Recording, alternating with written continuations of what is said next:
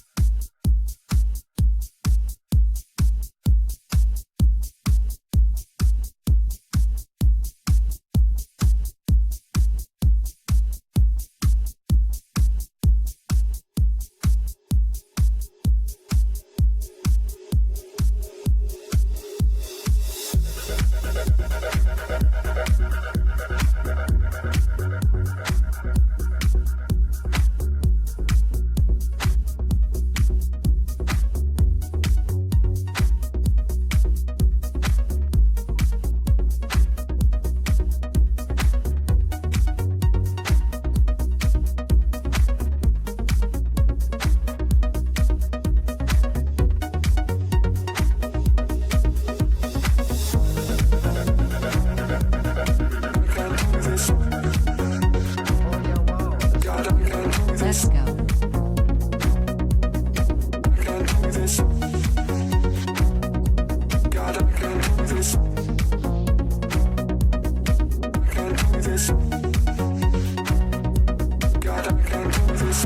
Oh yeah, wow, that's very cool.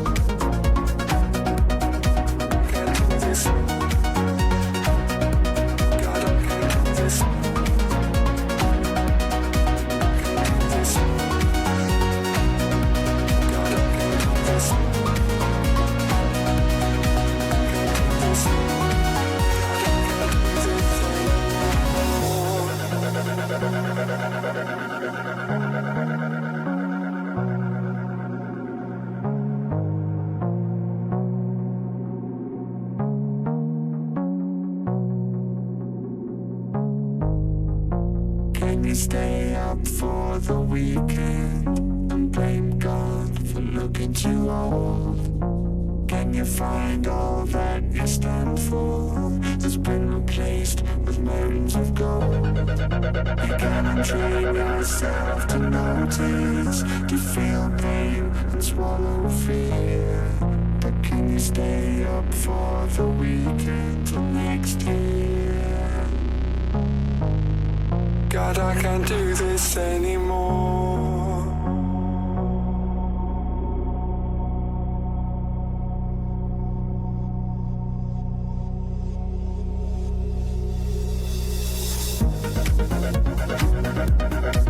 Can't do this.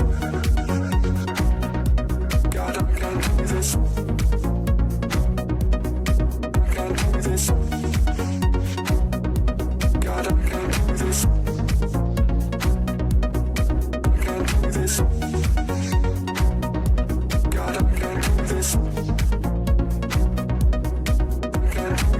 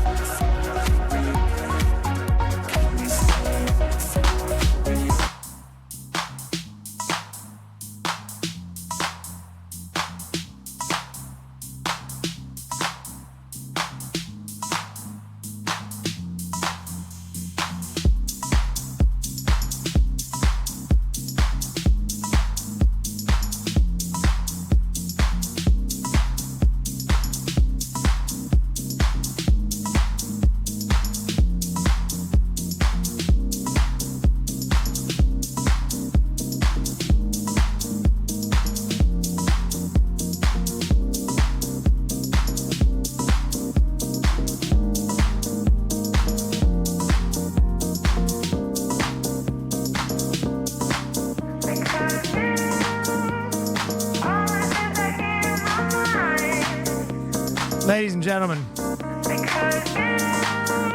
coming to you live from my humble studio out here in Los Angeles, California. I'd like to wish you all a very hearty hey now.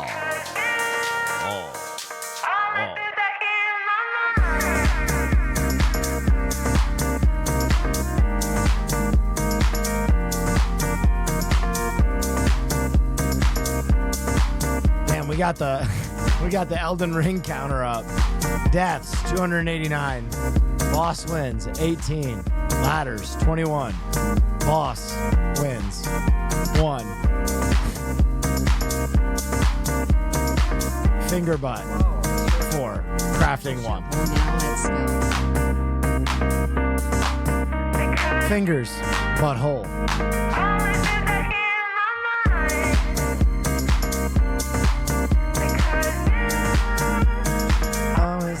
Change my mind. Let's go, fish, let's go. Because you always think I change my mind. The hoodie goes crazy tonight.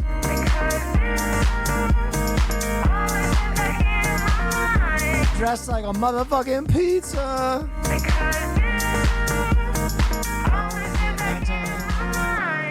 Knicks trade. Who'd the Knicks trade for?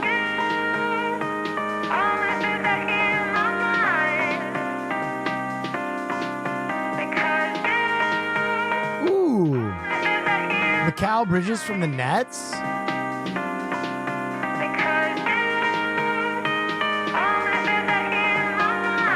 Okay.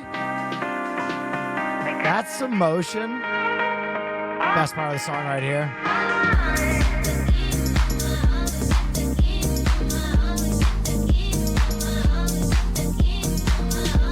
Bro, I always forget he's only 27. I always think he's an older player. He looks older. And then the keys in my heart.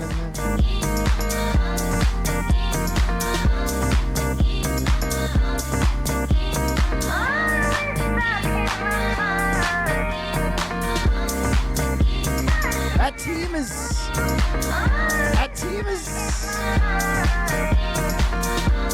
starting to come together a little bit. Let's go, Knicks. I hope they stay healthy. Please let Julius Randle stay healthy next year. All to lose to Boston? Let us have this, man. Yo, Boston fans, don't talk shit. You want to know why Boston fans shouldn't be talking shit right now? You won 45 months, hey, you won your championship. Congratulations, congratulations, congratulations. But football season is rapidly approaching, and you have the worst team in the NFL. So, win graciously, because football season is going to be tough in Boston.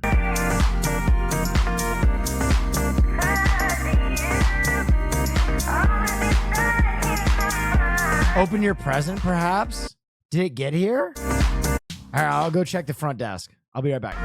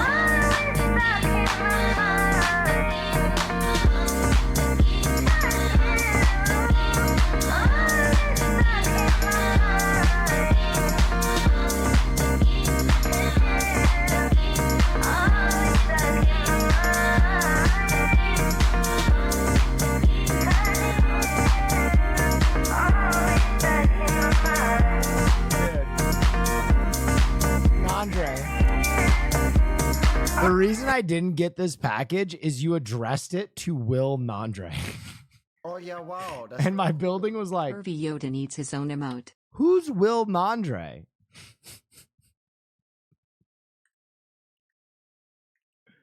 That's so funny. All right, let me pop this bad boy open. We're popping a gift.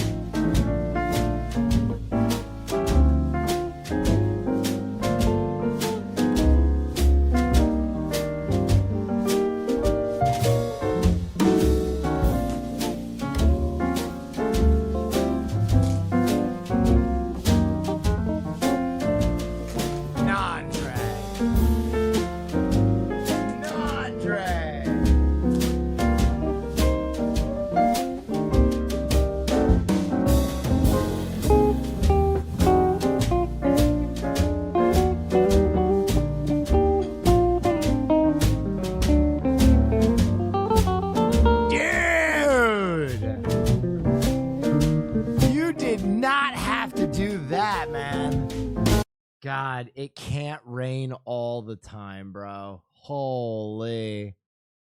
We might have to, dude, this board is limited to 100 pieces. Damn. This is sick, dude. I might have to put trucks on this bad boy and do a kickflip stream. Stream doesn't end till I hit a kickflip or shatter my forearm. This is so sick, dude. I'll put it next to my hookups board that I have.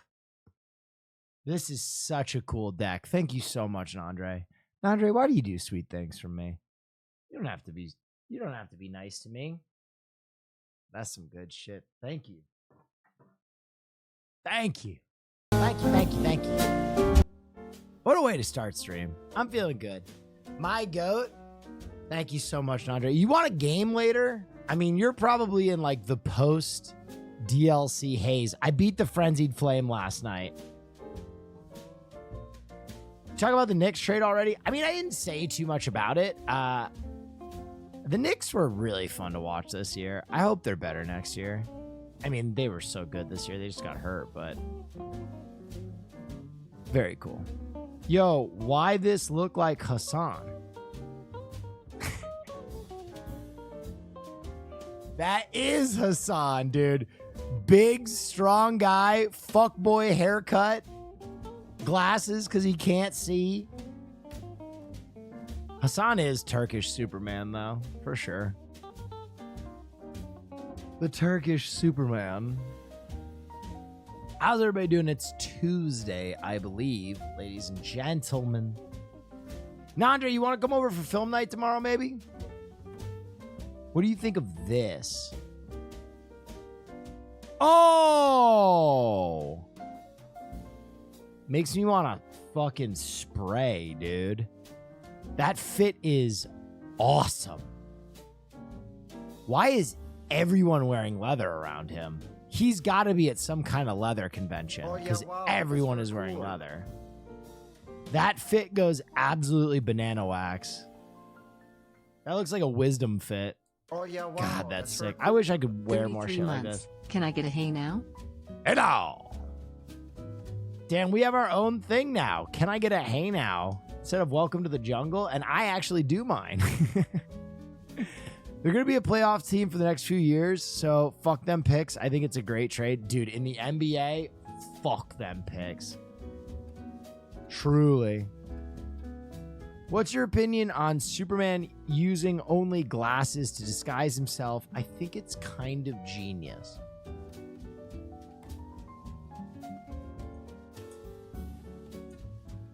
Genius.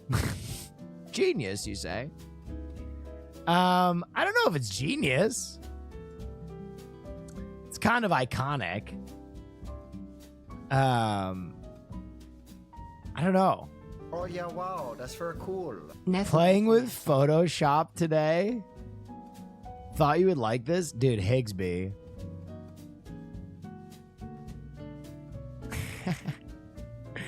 Barnaby the raccoon, dude. With the pistol lightsaber. Oh yeah, wow. This, that's very dude, cool. you nailed this. Will if Neff- you did this in Will Photoshop, Neff person? this looks Is like that an you? AI picture that nailed it. This looks like AI that went crazy. The fucking Gunblade. Will Nefferson? Is that you? It is. Thank you so much. That's sick. Thank you, Eggs. Have you seen? Oh yeah, wow, wait. that's cool. Have you seen and the Superman set leaks that the suit looks fucking amazing? I have. The suit does look good. Did you guys see in the Pokemon card competition they had to disqualify a bunch of entries that were doing well because they were AI? Yoda got around Marsh too much. He's seeing the universe behind you. Yeah, dude. Marsh gave Yoda some eddies, and he's been quiet all night, bro.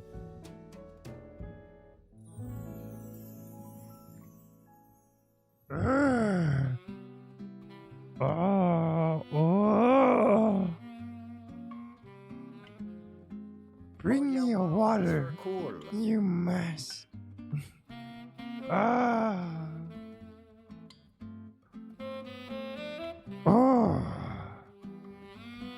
See the fabric of the universe. I do. Yoda is in a K-hole. Oh, Yoda dances around the K-hole. Oh yeah, wow. This shit is for horses? It's good. Everyone should do ketamine. Yoda, no. Stop it. I'm serious. It's great. No, Yoda.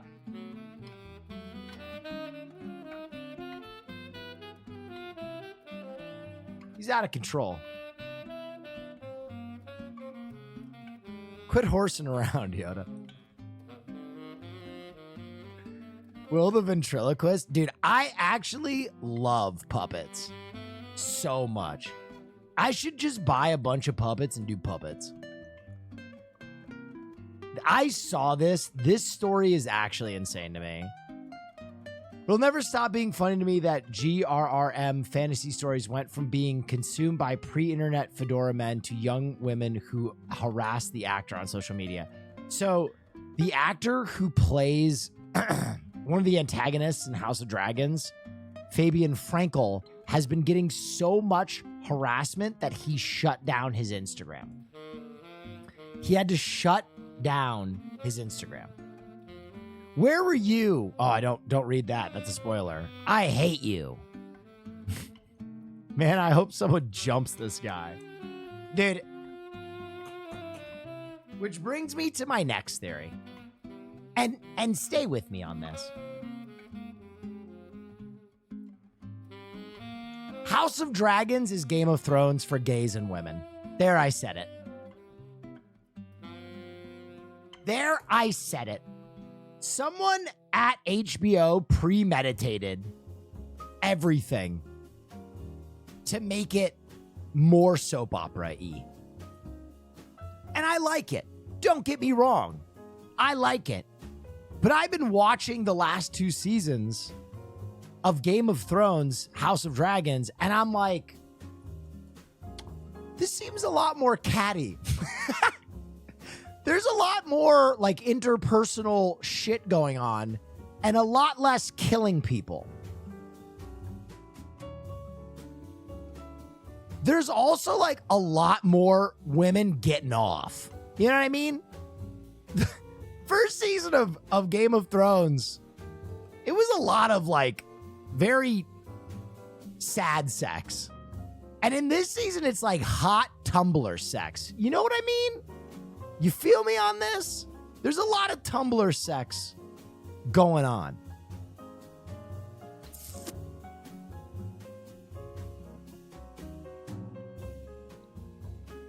I've been enjoying the new season. I do think, though, that, like, there are some things about the new season where I'm like, oh, come on. Dude, I don't want to ruin anything. So this is not a spoiler. I'm not going to spoil anything. But, like, that twin brothers plotline was the most soap opera shit ever. I was like, yo, I've seen this on Days of Our Lives, bro. What the hell?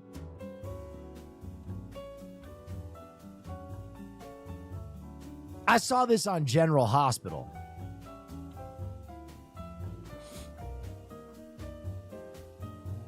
But you know what? I'm happy about that. And I'm going to tell you why I'm happy about that. Even though this new iteration of Game of Thrones isn't necessarily, for me, the straight man, the elder consumer of high fantasy, I will say I'm just happy more people are getting into high fantasy. It's awesome. If this leads to more little gay boys and little gay girls and straight women reading high fantasy, I'm with that. I'm big with that. And if more high fantasy shows get made, I'm with that too. Actually, isn't there like... There's a fantasy book that just came out that girly pop nation is going crazy for. What is it called? Caroline just read it. It's like In the House of Thorns. It's about fairies. Anybody know what I'm talking about?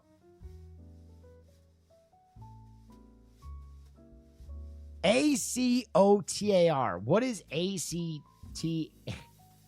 Oh yeah, wow, that's very cool. God, when will media give ACOT. content for us straight men? Anyways, whole now? Yes, A Court of Thorns and Roses, bro. Caroline went through all of these. Caroline went through all of these very fast. I'm about that, though. I want more high fantasy readers. I want more high fantasy consumers. More fantasy and sci-fi across the board. Give it to me.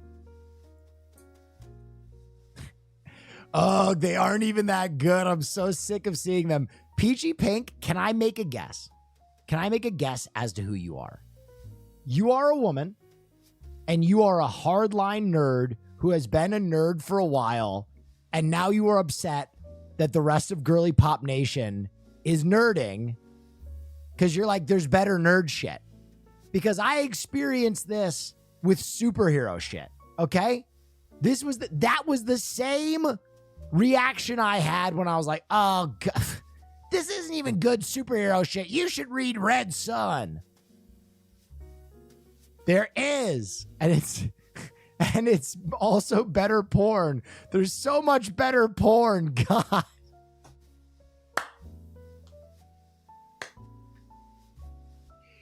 Yeah, but like, you got to understand. One thing I learned about the ladies is ladies like to be naughty, but they also like to feel safe. You know what I mean? You feel me? And I think A Court of Thorn and Roses or whatever gives them that like perfect balance of it's like, oh, he's like a bad fairy, but he's still a fairy. Oh, yeah, wow, that's very cool. 11 months. He's like a Zoe, Zoe must be bad, getting me through some naughty times, fairy, Neffel, but he's Neffel, like, Neffel. but also he's hot and he's like got strong arms. It's Tumblr porn. Oh yeah, wow. I don't know if you guys remember Tumblr porn the way that I do, but it was always like black and white, very like safe. Like it would be like a naked woman with her tits out and a guy like wrapped around her. And they're like really face to face. You know what I mean? That's like what Tumblr porn would look like. And then it would be like a gif of them like high concept softcore pornography. I got a job at Barnes and Noble to recommend better fantasy porn. Thank you for your fucking service. Thank you for your fucking service. Dude, I actually met the most based guy at history at Barnes and Noble. I was perusing the manga section, and this dude named Tony came up, and Tony was about that fucking life, dude. He was about that life. And I was with Caroline, and I was like, and he's like, what are you looking for? And I was like, well, when I was growing up, I used to read this book called Chobits. because I'm a stud. I I'm had a awesome. friend I don't take no named shit. Xiao Ning. Ladies, if you want a good sci-fi book written by a woman, amazing world building, read The Last Hour of Gone. Dude, It's fucked up, but it's good. The porn recs go crazy. The fucking, I love it. The smut recs, sci-fi smut and fantasy smut recs go crazy. Anyway, back to my story. Chobits. Chobits is the story of like a woman robot that kind of like achieves sentience, and it's like Twilight for a robot girl. It's like if Ex Machina was a book in the fucking Twilight saga. Like that's how it was. But I secretly loved them. And she would give me the Chobits books after she read them. And I remember at that age, God, I was probably like, so I was probably in like sixth grade. I remember I would see a titty in these books and I would be like, Oh yeah, wow, that's very cool. 2 years, baby Neff. this comic book has a titty in it. I've been reading Batman my entire life and I've not seen one titty. I've not seen one single titty in Batman. And this book is about a happy home and slice of life, and there's a titty in it.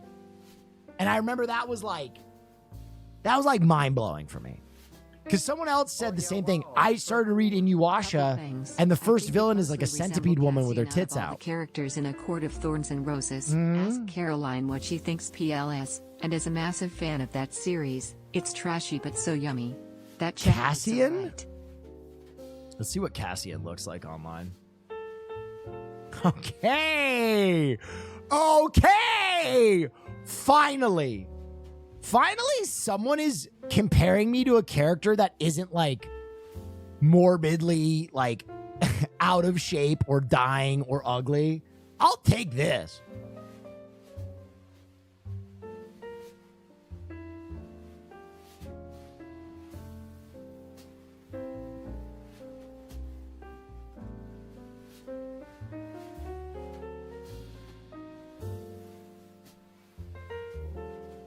I'm a fucking fairy. Anyway, I digressed from my story. I told Tony, I was like, yeah, I used to read this book called Chobits. I was hoping you had one. Tony had the Smutty Rex fast. Tony was like, oh, you like Chobits, huh? I got you. He's like, this book is about a guy who dates an AI robot that's like the lowliest model, but falls in love with her and starts upgrading her. And I was like, all right. He's like, take that. He's like, this one is called So You Want to Marry a Billionaire. And I was like, oh my God. And he's like handing me these in front of my girlfriend. And I'm like, Tony, chill. Hey, yo, Tony, chill. Okay, give me one more. Let me get the first three of that one. I want to get into the plot. But dude, I respected the fact, dude, I really respect people that read smut. You know what I mean? I think it's healthy to read a little smut. Way healthier than watching porn. Can I say that? I think it's way healthier to read smut because you're still creating it in your imagination a little bit. You're still filling in the blanks with your imagination. Now, I think some porn is healthy. I do. But I think smut's good for your mind. What's the name of the... Dude, what's the name of the fucking smut that Avilee May made me read? It's called, like, Big Penis Island. Where, like, the men fight for dominance by fucking each other in the ass. It's like the gayest shit I've ever read, but they're not gay. Is it called Big Dick Battle? Dick Fight Island. That's it. Dick Fight Island. It's like these men are fighting to become the chieftain of this island. And they have to like, the only way to like subdue one another is to like make the other guy come. But they're not gay.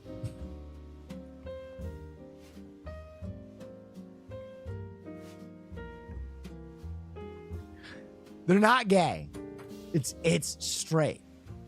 Guys, no, don't stop. I know it's Pride Month, but not everything needs to be gay, okay? You guys said that Turkish oil wrestling was gay, and that's the straightest sport there is. There's nothing straighter than fish hooking another man's butthole to make him subdue, okay? To subdue him. All right, you don't have to make everything gay. Let's not bring a rainbow into Dick Fight Island, okay? These are just big, strong, straight men fighting to control an island, to become chieftain by making each other come. Boy kissers. No, Haas, I'm serious about this one. No, stop. I'm serious about this. Because listen, they don't want to come. You see? Because if they come, they lose. Then they can't be the chieftain of the island. So it's not gay, right? If they wanted to come, that'd be super gay. That'd be crazy gay. But dude, two guys fighting one another with their cocks, fucking each other's ass, blasting each other's prostates, jerking each other's off, fondling the balls, but they don't want to come. They don't enjoy this. This is a fight for survival. Do you guys get the difference?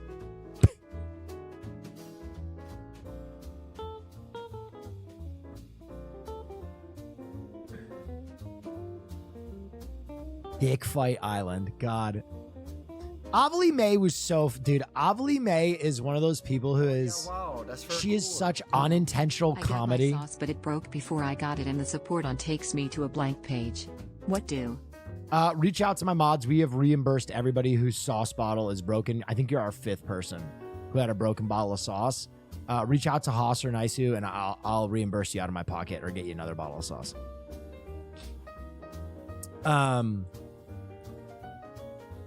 Avali May is so funny. Unintentional comedy. Okay. Someone help me. I need my real anime heads. Avali and I were talking about anime one day, and I like anime, but I don't watch much slice of life shit. I don't. And she was like, oh, dude, you'll love the slice of life stuff. You'll love it. And she's like, you gotta check out my favorite show. Yeah, wow, it's like, cool. My brother is in the hospital and my job has sucked recently. But I got the free hot sauce in the mail today and enjoyed it with a wrap, so thanks for making my days a little brighter. Neff. The things I can do with free sauce, man. Hey, I hope your brother feels better. I'm so sorry about that. What little I can do, I'm doing, but I'm glad it helped. I digress to the story about Avali May showing me basically pornography. There is a slice of life anime about a guy who has a dragon maid. What is the name of this? Help me. Oh, yeah, wow. That's for We'll watch the A24 Hey, trailer for Hi-Tek. Heretic soon. Have you had a chance to look at the trailer for A24's Heretic? We'll check that out right after this. Dragon Maid something. Yes. Okay. So Avali May was like, dude, this is it. If you want to understand slice of life anime, this is it. So she's like, actually, the 2nd season or whatever season they were on just started today. We can watch it together after we do our dry run for the show, because we have time in between the dry run. Oh, yeah, and wow. That's for cool. Dragon Maid Kobayashi? Yes, that's it. We have time between the dry run of the show and the actual episode, okay? And she shows me this episode, and they introduce a new character this season.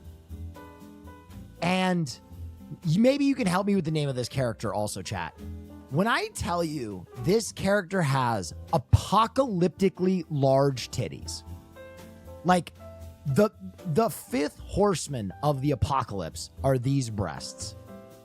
And Avali like wasn't ready for how ridiculous these tits were gonna be and how like uncouth this character was. Okay, I have the character's name. And she was like, no.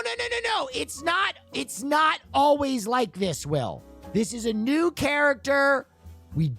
What is happening here? Wait, this isn't even the character. There's a character with even bigger jugs than this. It's like the villain dragon.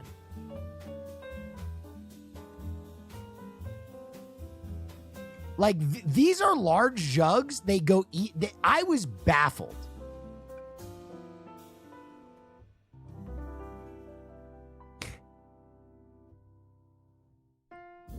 But basically, this ended with, like, Avali May covering up the TV after showing us this thing and being like, no, you don't understand. Let me see if I can find a video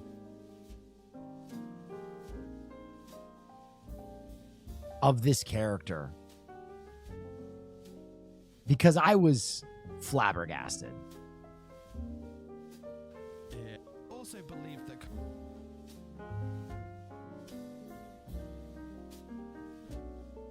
Is this it? Where she transforms? It's like when she's in her dragon form, right? Dude, I'm so deep right now.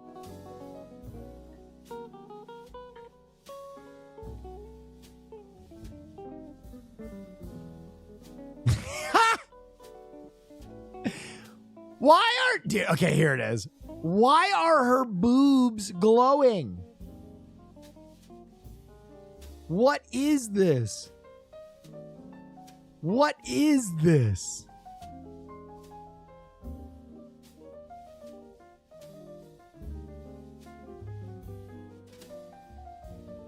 And like, Avali was like trying to like walk it back, and she's like, no, you don't understand. Like, when she's in her dragon form, she can't control the size of her breasts.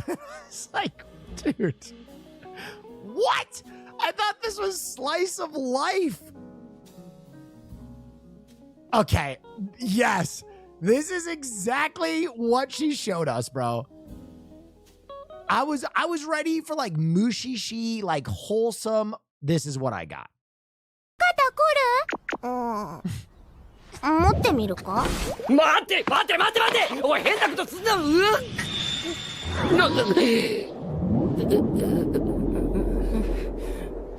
大丈夫かタケすまんあ、そうだなエッチメンなんで反応遅れてんだ I was like, Avali, I mean, this is a noble attempt to win me over to slice of life animes, but I feel dirty. Wait, what's it called? Bro, you're not slick. You're not slick.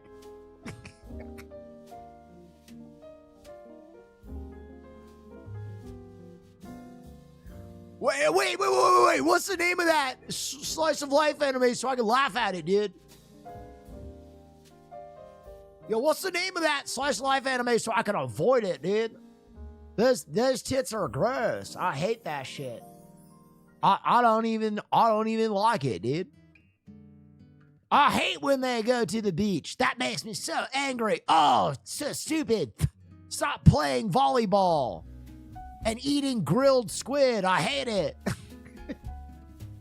It's called Dragon Maid something. Oh, dude, I hate when they go to onsens. Nothing makes me angrier than when they go to onsens and all the girls are having a nice time and the guys sneak in to try and sneak a peek. Like, it's so gross, man. Like, respect their privacy. Whatever. Came to the stream sad and was going to ask for a breakup advice, but the anime clip took me out. Think I feel better now. Came for breakup advice, saw fat dragon titties, and went, you know what? I think things are going to be okay. The world is healing. The world is healing.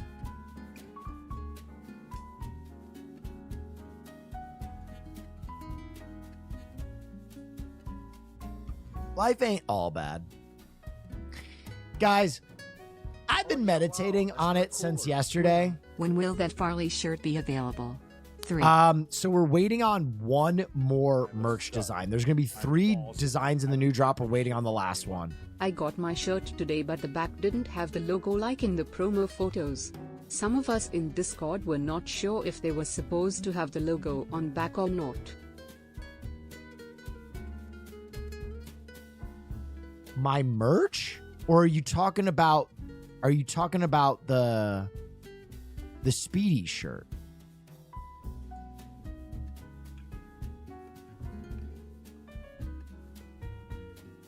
I don't think the Speedy shirt ever had multi-designs. I think it just had the big Speedy on the front. Am I wrong? Did they put the wrong photo? Oh yeah, wow, that's very cool. This anime is one of the best slice of life shows disguised as a low fantasy action series. Oh, dude, look at this. They have this one that doesn't have the logo, and then they have this one. Fuck.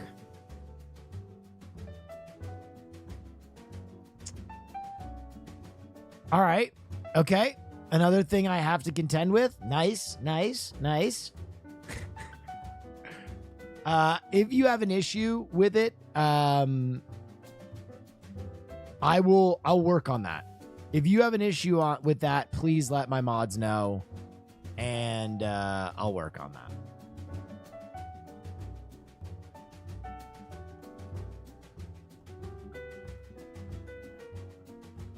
Isn't that the back without it?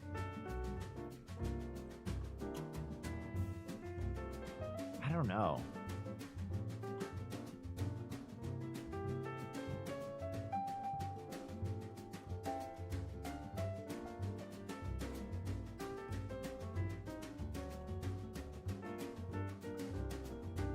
No, because it's supposed to have this. This is what mine had. I'll work on it. I'll figure it out. As I told you, they already fucked up the big bottles, so a lot of you guys are going to be receiving the big bottles anyway. And I have a really good relationship with Fourth Wall, so if anything happened, we'll get you taken care of. My shirt has a small logo on the front and a big one. And the big one on the back. Yeah, that's what it's supposed to have. Damn. I'm sorry if you didn't get the logo on the back. That's a misprint. Wait, yours also has the small one on the front and the big one on the back? Mine had nothing on the back? Oh, no. All right. Well, I'll deal with this. I'm sorry, guys.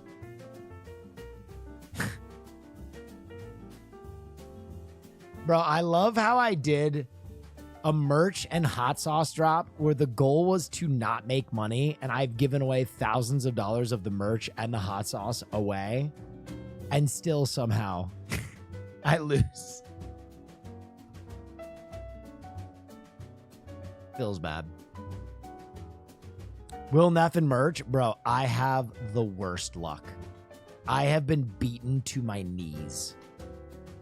That's why I don't release more merch, is because it's just been a nightmarish experience. Every one of my drops has been fucking horrible. It just is like a never-ending fucking Revolt Aware. Dude, Revolt, and then before that, Satire. I love Dan, but that drop took a fucking year. Big bottles are out. No, they're not officially out. Fourth Wall accidentally sent out a bunch of them as normal size bottles. You should use Ludwig's company for merch. Good quality. Yeah, maybe. We'll work on it.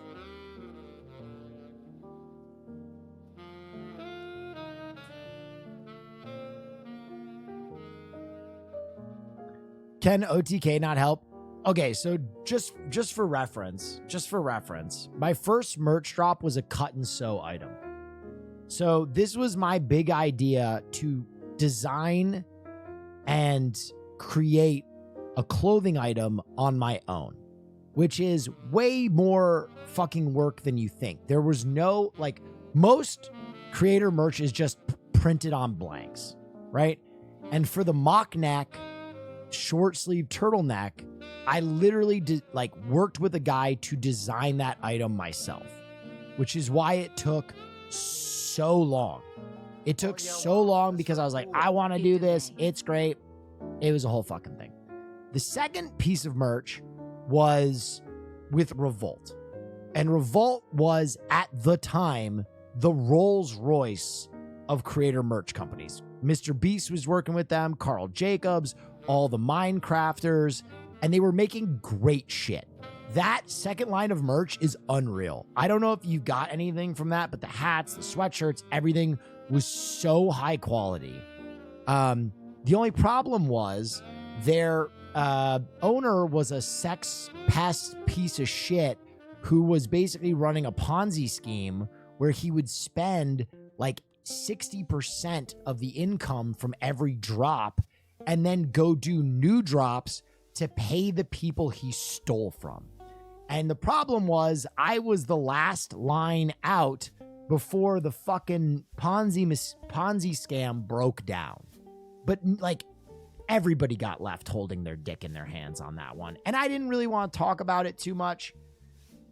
But like, because I didn't want to, put anybody else's community in upheaval or make anybody feel like they had to explain themselves. But a lot of creators, I know Nikki Nihachu came out and mentioned that she lost like hundreds of thousands of dollars on that last drop of hers, which is crazy.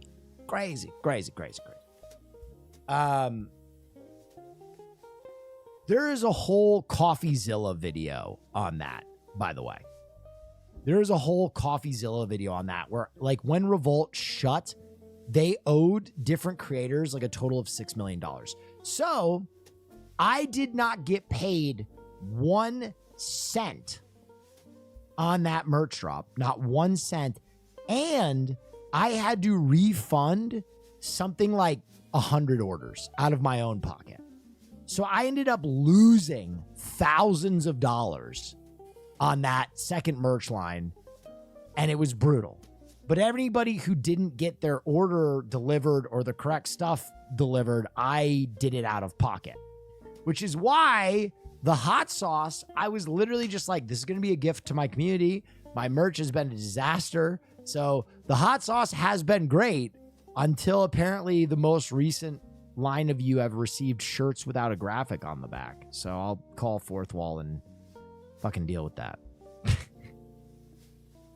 Civil Suit, dude, the guy is gone. The guy that ran Revolt, like, literally is like felon status on the run.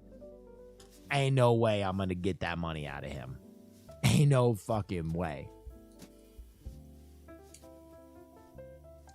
Wubby seems like Warren James. Maybe look into them. That's who I'm doing the merch line with this time, is Warren James, because of their reputation. But they submitted me some designs that I didn't really love. And so I went back to Matt and I was like, I want to do designs with you. And these are the first two right here. And we're working on a third. That's like inspired by one of my favorite memes on the internet, which is when you call your bro at 3 a.m. and he answers and it's like the two wizards. I want to do like a solstice version of me as a wizard. So, can you do free shipping in Canada? Hot sauce costs $20 in shipping alone. So when I give out the hot sauce, the shipping is paid for. What the fuck? New Jersey man flew to Florida to kill online gaming rival with a hammer. Holy shit. All right, I got to pee real quick. I always drink a lot right before stream. I'll be right back.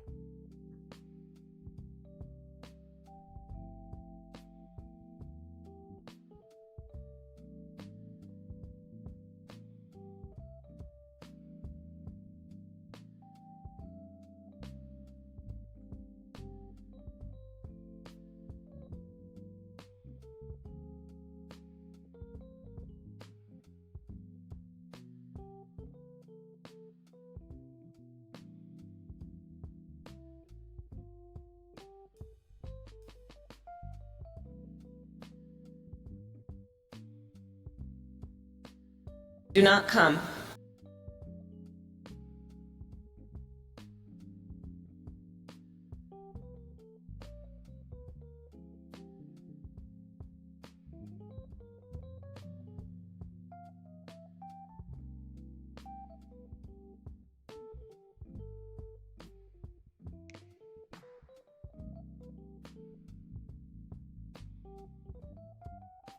Oh yeah, wow, that's very cool. Frog. Frog. That's a lot of frog. A New Jersey man flew to Florida to kill a fellow arch-age gamer with a hammer over online altercation. Edward Kang, 20, faces charges of attempted second-degree murder and armed burglary after he was arrested for an attack in Nassau County, Florida, early Sunday morning. This is a weird one. Nassau County Sheriff Bill Lepper said at the news conference, "Some things you just can't make up." According to the sheriff, Kang took a Delta flight from Newark Liberty International Airport to Jacksonville International Airport Thursday night, apparently to confront the victim in person. Kang allegedly told his family he was traveling to meet a friend he met online years before. Holy shit, bro. Upon arrival in Florida, he took an Uber up the Ocean Coastal Hotel in Fern Beach and went to Ace Hardware to purchase a hammer using the attack. Kang and the victim had never met in person, but the acquaintance through Archgage, a fantasy-based multiplayer online role-playing game similar to World of Warcraft, according to the sheriff. The attack unfolded at 2 a.m. Sunday at a home in Fernanda Beach. Kang allegedly accused the residents accessed the residence through an unlocked door. The victim, who was around the same age as Kang, was playing a video game and went to go to the bathroom. When he opened the bedroom door, he saw the suspect with a hammer raised in the air in anticipated strike position. Kang was wearing all black gloves and a mask, attacked the victim with a hammer, causing severe head wounds and leaving a significant amount of blood in the home. The victim's stepfather was awakened by the screams, found his stepson on the ground struggling with the attacker, the sheriff said. The victim and his stepfather were able to wrestle Kang to the ground and detain him. Both Kang and the victim were taken to the hospital with non-life-threatening injuries. Holy shit, bro.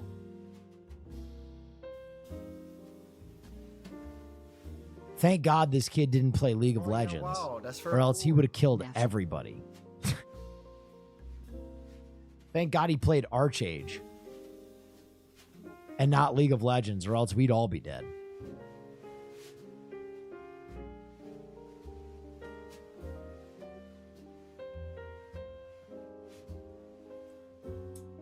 Pentakill. Did you see his game trailer? Oh yeah, Yeah. wow, that's very cool. The announced trailer? Gonna take you for a ride. Does anybody have that new trailer from God, my brain is a bag of hammers. A24?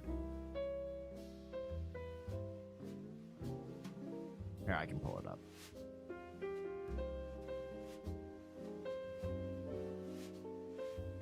A24 Heretic. All right. Hi, good afternoon, ma'am. Let's take a look. Viddy well, my brothers. Viddy well. Hi, good afternoon, ma'am. Are you interested in learning about our Savior, Jesus Christ? Hi. Yo, whoever built this fucking set of steps is a sick fuck.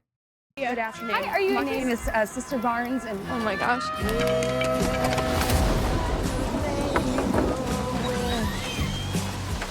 Are you interested in learning more about the Church of Jesus Christ? Come on in. We can't come inside unless another woman is present. My wife is home. Does that count? Great. You like pie? Yeah. My wife has pie in the oven. I could tell that you are a very spiritually curious person. I think it is good to be religious, to find your faith in a doctrine you actually believe. Well, our work here is done. No, I will go and check on the pub. There's no wife. Oh, she's from Yellow Jackets, isn't she? Silent angel.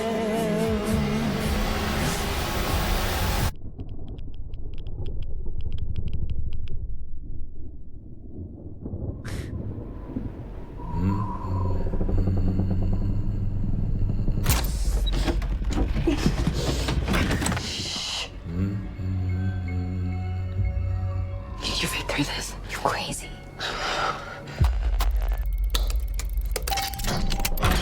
Oh, shit.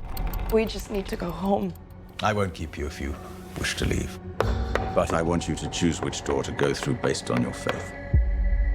What does this have to do with us leaving? Everything. Oh, shit.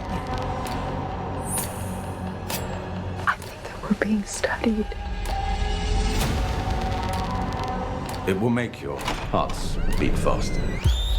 It may even make you want to die. Do not be afraid.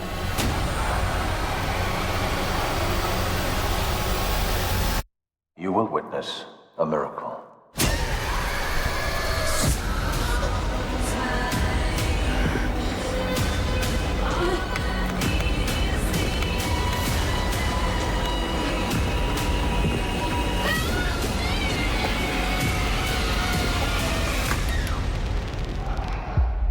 Yeah. Yeah. I'm about that action, boss. Horror movies are back. Dude, give me that and long legs. Shoot it into my veins, baby. Shoot it into my fucking veins, baby. Dude's house is a Hogwarts castle. Listen, it's in Utah. Dollar goes a long way out there. Nosferatu looks crazy good. I think Nosferatu is a while off though, right? Longlegs comes out in like 10 days. I think that A24 one comes out when? Coming soon. No date yet. But Nosferatu probably won't come out for another few months. Nosferatu is like December. Yeah. Did this make it to the news? I missed the first 5 minutes yesterday.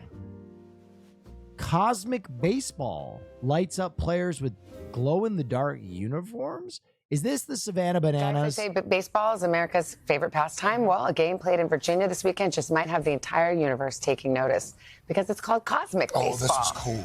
Right? Players from the Tri-City Chili Peppers and the Greenbrier Knights wore neon glow-in-the-dark uniforms. The baseballs and the bats were also glow-in-the-dark. Nah, bro, this is so dangerous and so hard, I bet. This event was such a hit with the fans. Chili Peppers say they've got 3 more Cosmic Games scheduled for later this summer. That would be fun. That's cool. That's really cool. Even the bases right there. Yeah. Hey, thanks for watching. That's cool, but that's dangerous. That shit is dangerous. Liz Cousin Dangerous. Don't miss. You can see the ball. Yeah, but I mean, 100-mile-per-hour pitch, 90-mile-per-hour pitch. Oof. You better be able to really see it. Thoughts on this trailer? Dwayne "The Rock" Johnson. 497, 498, 499. A red one? 500. Let's go heavy. Yeah, got it. Looking strong, Nick. Go on, brush your shoulders off. Is he Santa Claus? Red one is on the move. Evening, ladies. What are you so excited about? Of course, your boyfriend's here. Okay. Who's with Red? Reach! Someone took Nick. We're gonna find him. I'm bringing in Jack O'Malley. He's probably the best tracker in the world. The guy's a legend. Bro, this cast. What am I doing here? Last night, Red One, also known as St. Nicholas of Myra, was abducted from the North Pole complex. Are you saying Santa Claus has been kidnapped? Garcia? What the heck? Is that the Coca-Cola bear? You can't trust this guy. This feels like an AI movie. Anybody else feels like they're looking at an AI movie? He's on the list. You don't mean... Yes, that list. NL4. Are you telling me this clown is a level 4 naughty lister? A level 4 naughty lister? Oh, is that funny to you? Hey! You're gonna help us find Nick. Come on, let's go. Grab a car. For what? You don't have a Wonder Woman action figure, do you? It's not how it works. Come on. There is much in here that is not of the natural world. Who's that? Krampus. What are they doing? They're playing crappish slop. I think if you don't need me here, I might just go back to the car. We need to prepare. Marvel Santa? Yeah. There's worse ways to go out than trying to save Santa Claus. $250 million budget? Shut the fuck up. This movie does not have a $250 million budget. You gotta stop.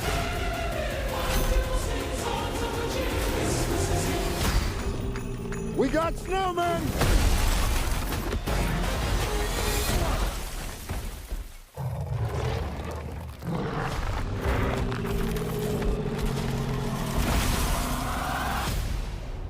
That was so disturbing.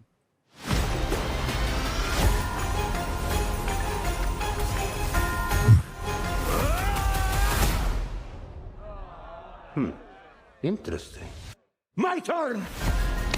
Oh my God. Dude, they put Power Slap in a Christmas movie. Is my face still there? Yeah, you look good. Dude, you know we're cooked when they put Power Slap in a children's movie. Like, you know what the kids love? Fucking Power Slap. All right, what? Wow, that's I have to know. I thought more highly of J.K. Simmons. Oh my God. It's over $250 million.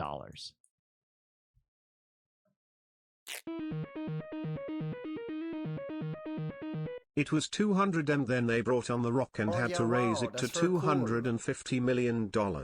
Going way over budget. PS The Rock is heavily invested in the Power Slap League. No. Wait. Hold on. The Rock is heavily invested in the Power Slap League. So they put Power Slap in the movie that's already basically a toy commercial. Because I saw Monopoly, Hot Wheels, and Rock'em Sock'em Robots, which I think are all Mattel toys. That's crazy. Yo, J.K. Simmons is like, bro, I'll take a bag. I don't give a shit. I'll play St. Nicholas. I don't give a fuck. That's 250 million. I just want to keep this in perspective. Godzilla Minus One was $15 million.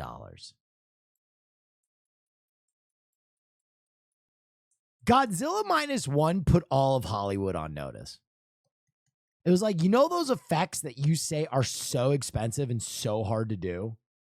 We did it for $15 million. By the way, I finally got to watch Godzilla Minus One, and I fucking loved it. Oh, yeah, I really liked it. Cool. The Rock has product in fucking everything. Yeah. He has a shampoo brand called Paper. The Rock has a shit. That bald motherfucker has a shampoo brand?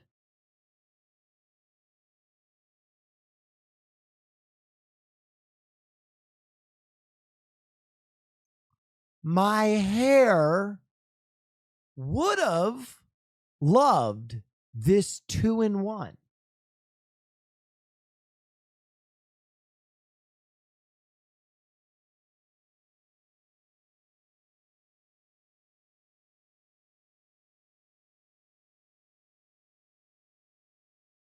Guys, it's important for me to keep the lights on here. I want to announce to you our new sponsor here, Will Neff brand tampons.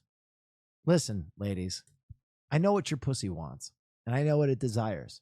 And that's why I used my years of expertise to craft the greatest tampon that man could make. Okay? It's got to be thick, strong, abrasive, absorbent. That's why we made it out of hemp fibers.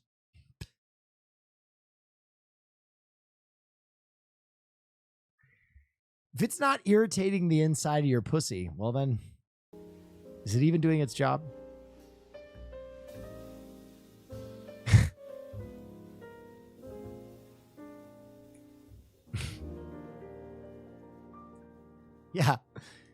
the steel wool tampon. We call it the Iron Curtain. Will Neff's Iron Curtain tampons. Ain't no way blood getting through there.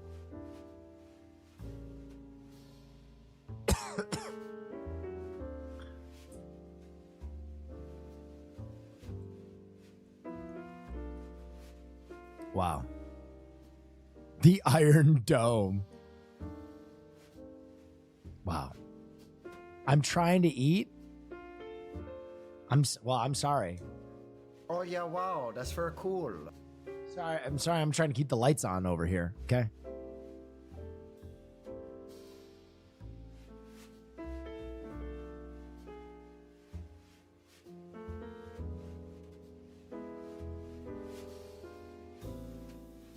Esfan once ran into Caitlin Owashi on the street and they were trying to launch a legitimate scientific tampon.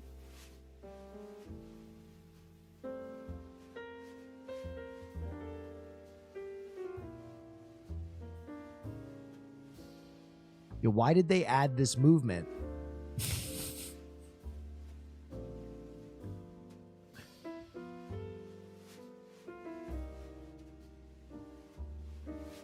I'd love to learn more.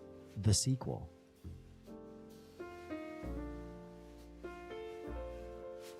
Bro, okay, listen. I love parallax design. I do. But some websites don't need parallax design. Mainly this one. Watch what they did here. You want to know how women don't want a tampon introduced to them? Like a fucking rocket ship.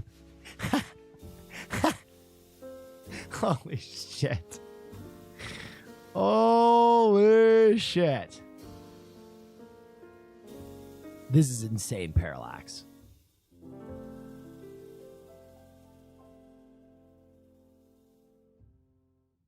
It's ribbed for her pleasure.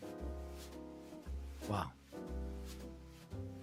Dude, all the bad products I pitch kind of end up getting made, you know? Like last night when I pitched the indoor rainforest in Dubai, little did we know, already exists.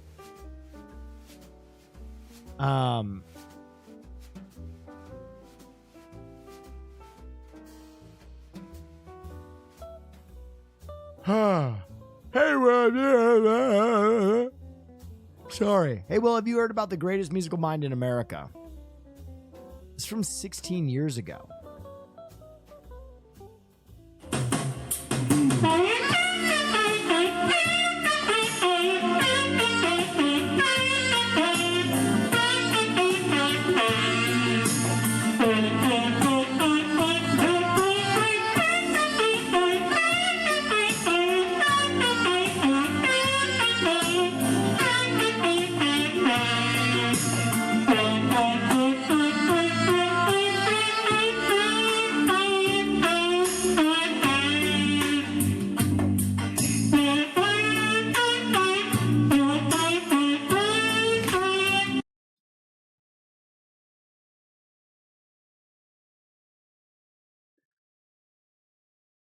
Everything about this is funny.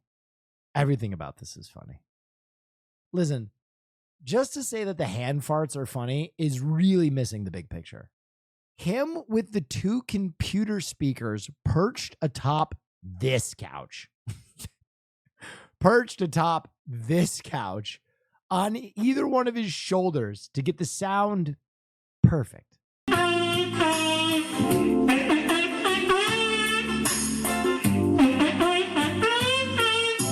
He's a ventriloquist? Wait, so he's not doing this with his hands? He's doing it with his mouth?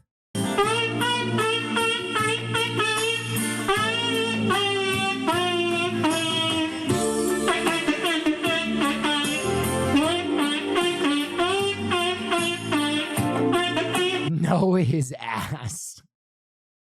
That would be such an awesome twist if this guy had the most amazing talent ever, that he could musically just rip farts endlessly, but he was a little too ashamed of his talent.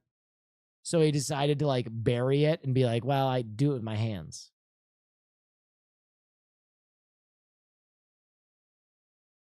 Anal ventriloquy. But I'm never gonna dance again. Careless feet, I have no rhythm. The ass was too embarrassing. I had this amazing talent, but the world could never know. I don't know if I could be famous for musically shitting my pants. He only performs outdoors.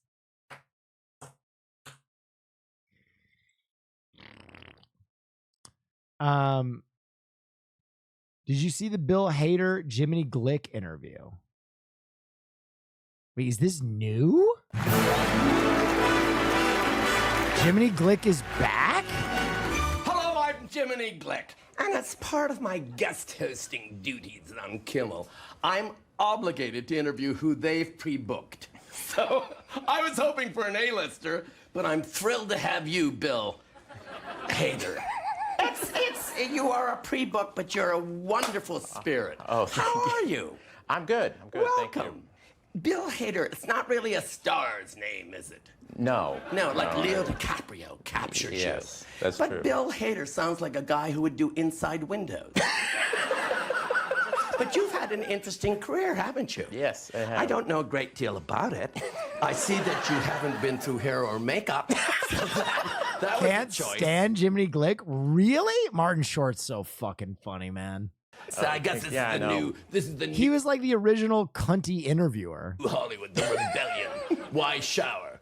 Why shower? Yes. Yeah, that's true. And you rushed over here staying at Diddy's pool house. How's that going? It's going okay. No, I'm not at Diddy's pool house. Not anymore? Not ever. Not ever. You never stayed at Diddy's pool house? No, I was never invited. I get Never all the wrong invited. information. No, I think you might have someone Well, else's thing there. I want to know everything about a Bill Hader. I want to know what makes you tick. But I don't want too much detail because I actually don't care. Oh, okay. So it's an interesting thing. You started on...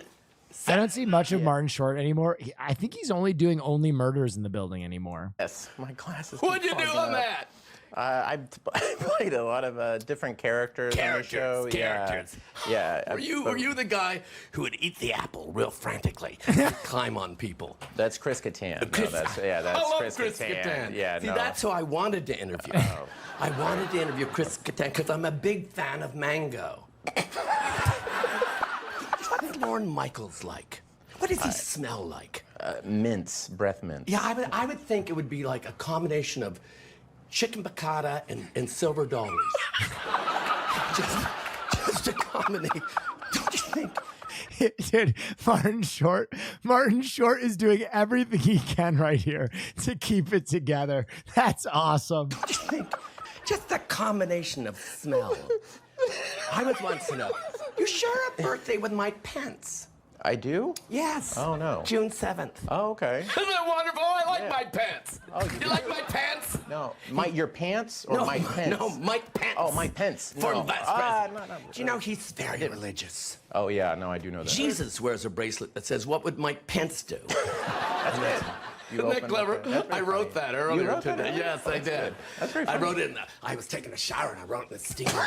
And the next thing you know, it evaporated, so I had to go to my memory. It was very weird. But, and he's very pale. You're pale. I'm very pale. But he makes you look like a member of the Wu-Tang Clan. I love this show, Barry. What's Barry about? It's about a hitman. I play a hitman named Barry who wants to be an actor. I've been mad at HBO, though. Well, why is that? Since they canceled Arliss. Since they canceled what? Arliss. HBO, though. Well, why is that? Since they canceled Arliss. What's he saying? What? You cancel Arliss? Aris? What is that? I don't even know what that is. I loved Arliss. And that's on HBO. What's your big deal? You're canceling Arliss and putting on...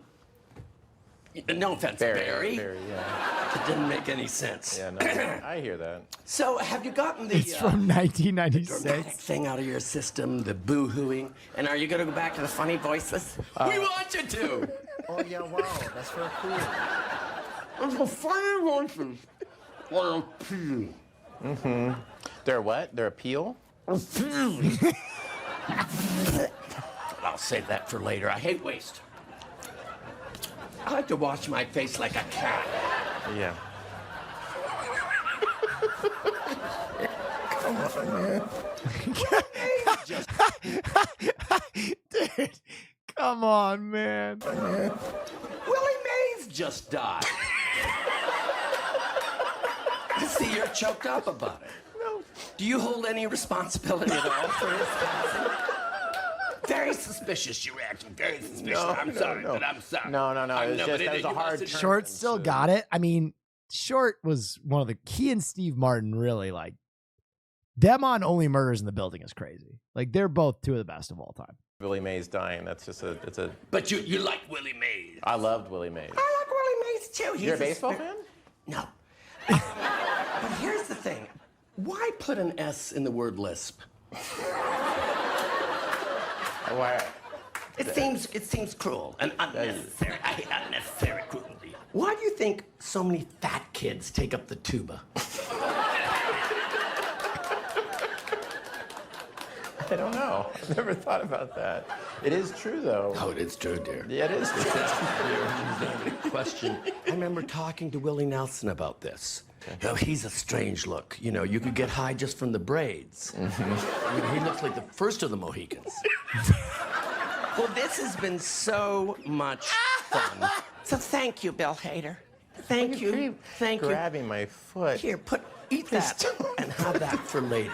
And you know what? You. Don't. You got to ride home. I can. And you know what?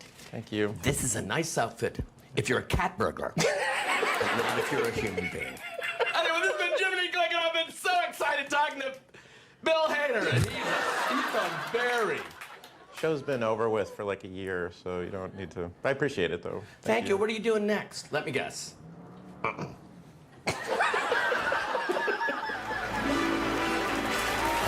Dude, Martin Short is so fucking good. Dude, you look like the first of the Mohicans is the craziest line I've ever heard out of his mouth. I gotta go use the bathroom. I'll be right back. Whoop.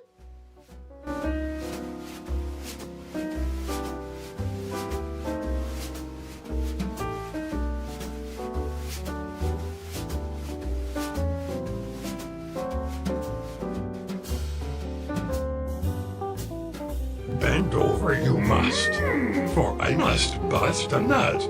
Ready? Okay, here we go.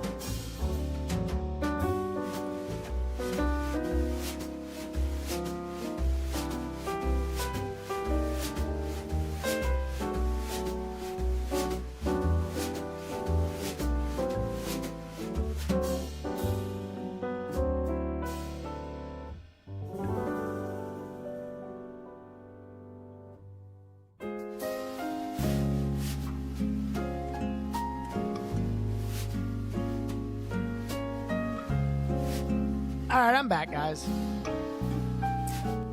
Dude, that Jiminy Glick thing was so fucking funny. The Glick Baldwin interview? This page doesn't exist. Try searching for something else. New game trailer. I think I saw the trailer for this. Wait, is this a MOBA? What the fuck is this? Super Ive? What is this? Whose game is this?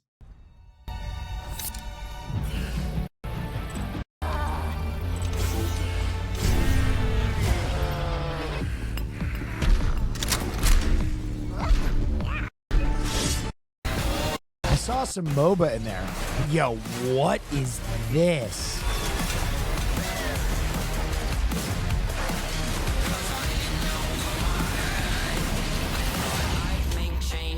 Overnight. I was 20, thought I had a good hold on. What is it's from old devs of League? What? That most wanted. That's their way to get their player back. They're just gonna keep fighting. Oh, it's looking pretty good for blue here with armor. I have a good dagger in there. I'm going in. Going in. One down. Two down. But a huge ulti from Weedle, instantly taking out 2 players. Cap making the play up Sentry. Let's go, baby. Yo, that's Vi. What the fuck? That's Vi. Wait a minute. Riot about to sue somebody.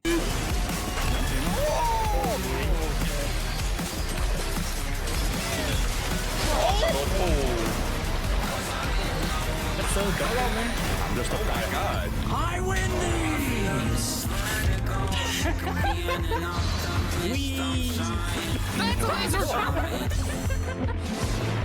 Oh wow. Oh god. League not suing anybody with Dota existing. Good point. Wait, this looks fun. Is it out already? Yeah. Bro, maybe I can actually get. Maybe I can be on the ground floor on one of these and get actually good at a MOBA.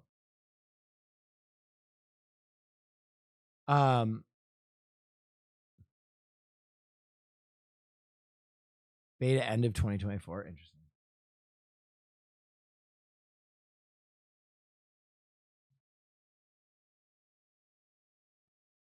Will's pro gamer arc. I'm ready.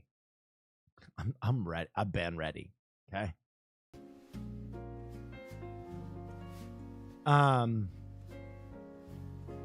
Please, God, don't let Will become a MOBA streamer. Just screaming at you guys all night. Fuck yeah. At some point, we got to get you in a game of Chain together with someone. Yeah, this is... Oh, poor lost souls. Do you want to escape the flames of hell? How fortunate. For I was growing bored.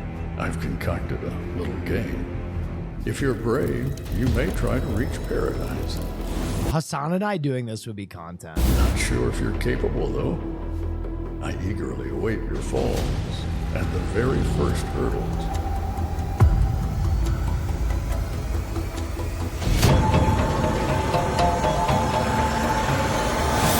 Actually think you stand a chance of escaping from here? I bet 10 souls you'll fall long before you catch even a glimpse of sunlight. Oh my God. Can you take me higher? It doesn't seem to be working. I must devise another strategy. Lava mode.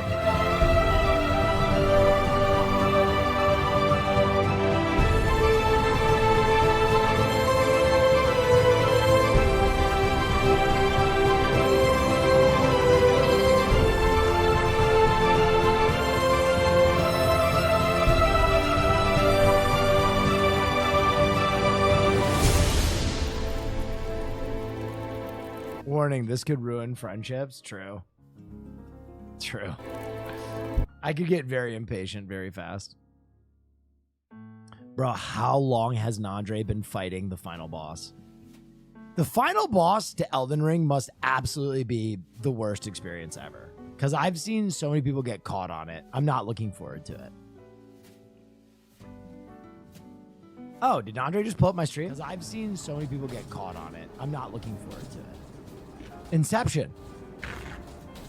Oh, did Andre just pull up my stream? I've seen so many people get caught on it. I'm not looking forward to it. Inception. What's up? I got a million pings. I've seen so many people get caught on it. I'm not Oh yeah, wow, that's very cool. Happy early 2 years. I got a million pings. Sub to Will Neff. Sub to Will Neff. Sub Yes. to Will Neff. Sub to Will Sub to Neff. Andre. Sub to Will Sub to Neff. Andre. Sub to Will Neff. Sub to Will Neff. Sub to Will Here. Neff. Sub to Will Neff. Sub to Will Neff. I'm calling Nandre real quick before this gets out of control.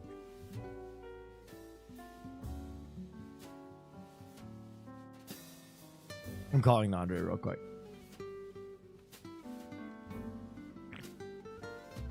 Billy. Oh, yeah, wow. How goes it? How many runs has it been?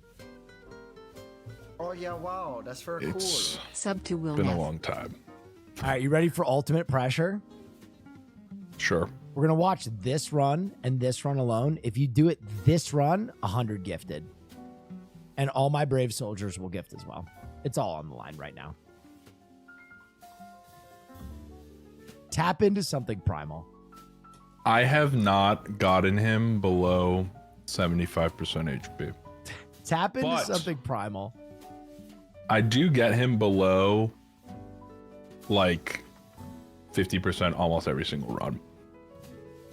You want the primal? I want primal. One run to rule them all. Dude, thank you so much for the gift, by the way. Gifts. I found a shirt in the bottom. I didn't even know. I was worried you weren't. I was... Then somebody in chat was like, you know what you need to do now? You need to send Caroline a skateboard with her Chicago PD scene.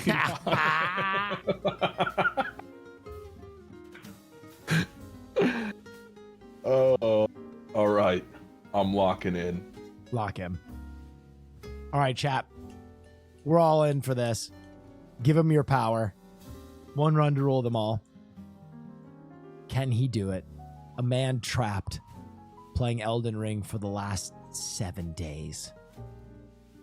Can he escape? Okay, hold on. I fucked up my buffs. What's gonna... This is not locking in, bro. Sometimes it bugs. What's the first thing you're going to do if you beat Elden Ring? I'm going to Disney World. You know what? I'll come. Fuck it. Disney on me if you beat it this run. All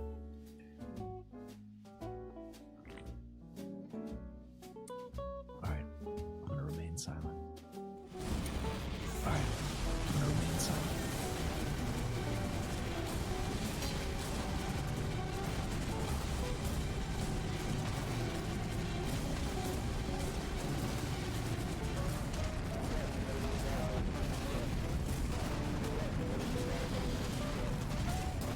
RP walk all day, baby. RP walk all day, baby.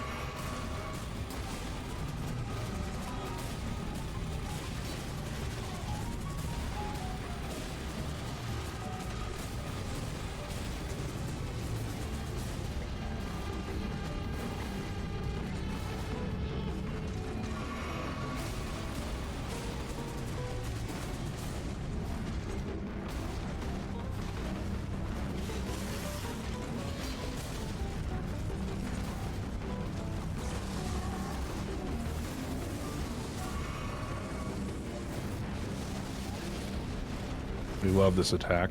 That's 2 hits. We love this attack. That's 2 hits.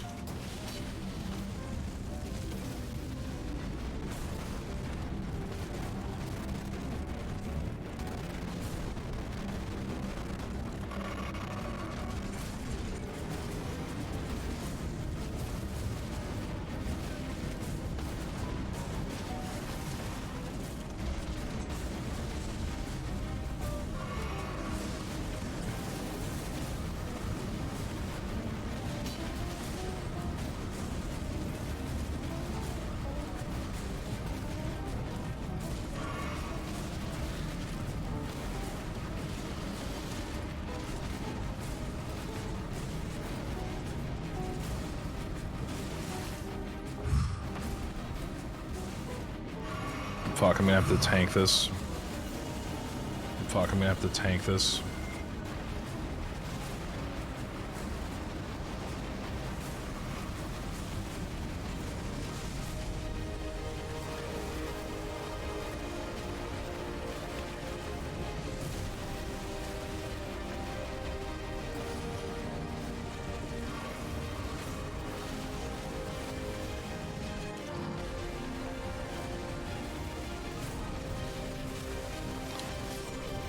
It's like... That was such a valiant effort. It's like riding a Peloton, but you take the seat off.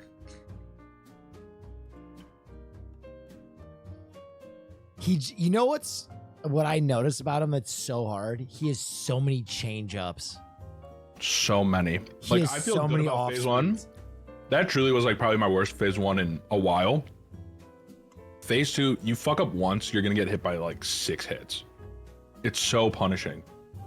Do you think he's the hardest boss in Souls history? Unquestionably. Unquestionably. I don't think anything comes close. Like, damn, Melania and Orphan maybe, but like, he has so much more HP. The punish is so much harder, and he's tanky. He's just so fucking tanky, man. Yeah. To be fair, I'm not using summons, but I would like to. Here, I'm sending you something that reminds me of the fight. Max, give me a tune. Give me a What? tune. It's an awesome workout. No, it's not a chew. What is this? It's not a chew. Yo, OG, thanks for the raid. Yo, OG, thanks for the raid. I would like to present into evidence Max Bike. I It's love awesome this show. workout bike. What's the big I deal? love this show. Okay. Mac, why don't you go ahead and operate the bike? Yeah, sure. Problem, just like any other workout bike. Well, pedals. There you go. It's outrageous. There it is. I mean, it's just the craziest. Okay, all right. I know what you're thinking, okay, but it is not what it looks like. What it looks like is that you are fucking yourself with a dildo bite. Can we say that the episode where Mac is in prison and he does the dance is maybe the best moment in gay television? I think it's one of the greatest moments in comedy. It's like one of the best little change ups. Dude, that little fist on the end of it is so. All right, brother. I'll tune in from time to time. Get back out there and beat that boss. You got it. We'll let you know if I beat it. All right, baby. Good luck. Bye. 07s. Oh my God, man. Nandre is good at that game too. And he's on like what, day 3 of just trying to beat that boss. That's scary. That's scary to me. I think Sneak Mage is going to get his ass pummeled.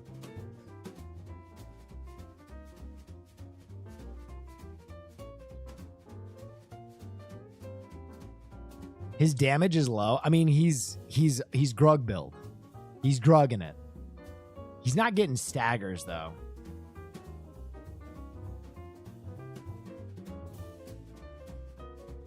Kai Sinat beat him earlier. Yeah, I saw that. After he got like a whatchamacallit, a athletic therapist, right? To like reprogram his brain. It's a really poor boss design. I don't know how a mage can fight that. I don't think it's poor boss design. I think it's FromSoft pulling their dick out and being like, all right, you guys always make lists about the hardest bosses. Here you go. Yeah, dude, here he is here's Kai with an exercise therapist, or not an exercise therapist, sports psychologist. Character's giving you a hard time. So what you need to do, instead of being angry that he's being annoying and angry that he's kicking your butt, be excited to win. Be excited that you're going to beat this game. And this is going to be another game on this list of games that you beat. That's the energy you need to focus on. I'm going to beat this game. I beat these games. I know I can do it. And that's a way better headspace than getting frustrated and angry at this character that's going to continuously beat you. If you're giving him that angry energy, it's going to meet you right back. Pow! I need you to get in that positive, confident, resilient energy that you have, because you do have it. You beat 7 games thus far. I can't hear shit. It's just a really quiet clip. You're almost done with this one. Can I show you a run real quick? Let's see. You want to see how scary this is? Let's see how scary this is. No, it's not scary. Okay. You want to see how fun this is? Let's see how fun this is. Exciting. Does he immediately get hammered? Very exciting. Watch this. We got this. Positive headspace. I'm going to show you one run. If I die, I die. Okay. But don't say that. I mean, when I win, I'm going to win type shit. Yes. You got this. Let's see. I got greedy. I got fucking greedy!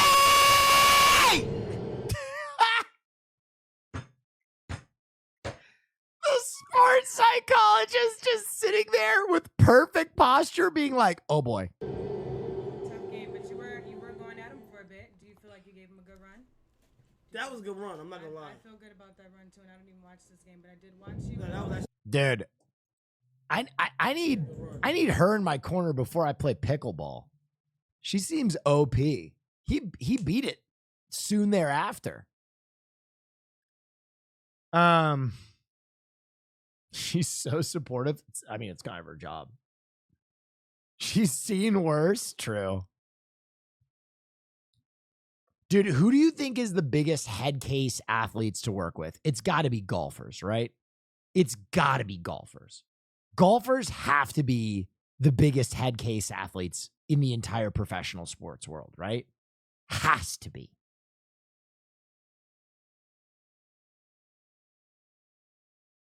Baseball pitchers. Interesting. There is a bravado to being a pitcher. Really? Why? Oh, dude, golf is so mental.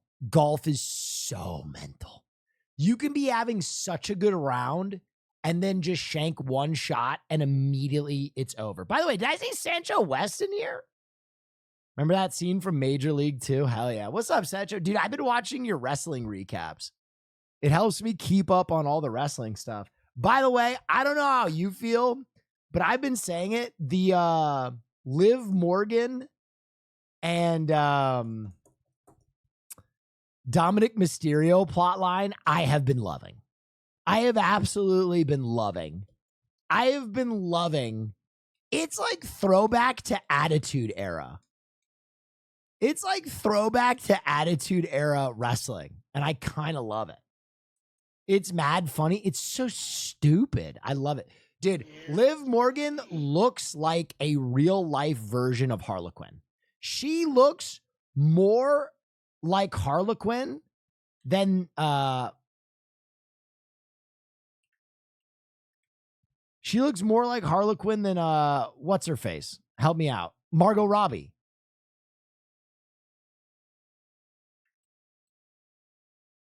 Oh, did I get a raid? I'm sorry. I was deep. The wrestler? Yes. Yeah, Liv Morgan.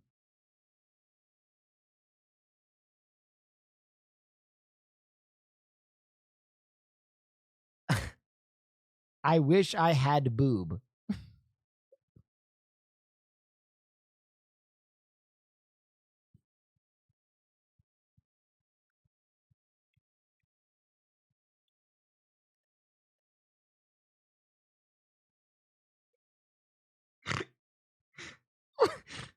What the fuck?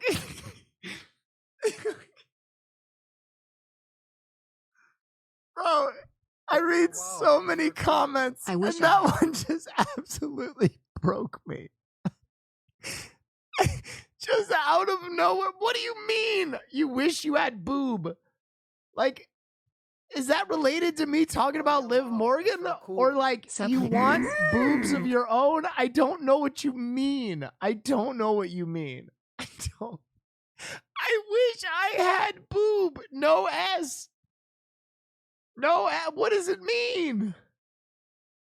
I wish I had boob.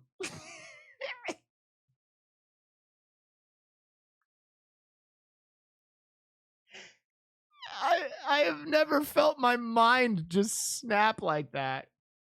She did a Hawk 2 on the belt? No, she did? Hawk 2, spit on that thing. How you feeling? Oh, I feel so good. I just got to give this scene that good old hot spin on this thing, and we're good to go. She did not. Hawk 2 on the belt.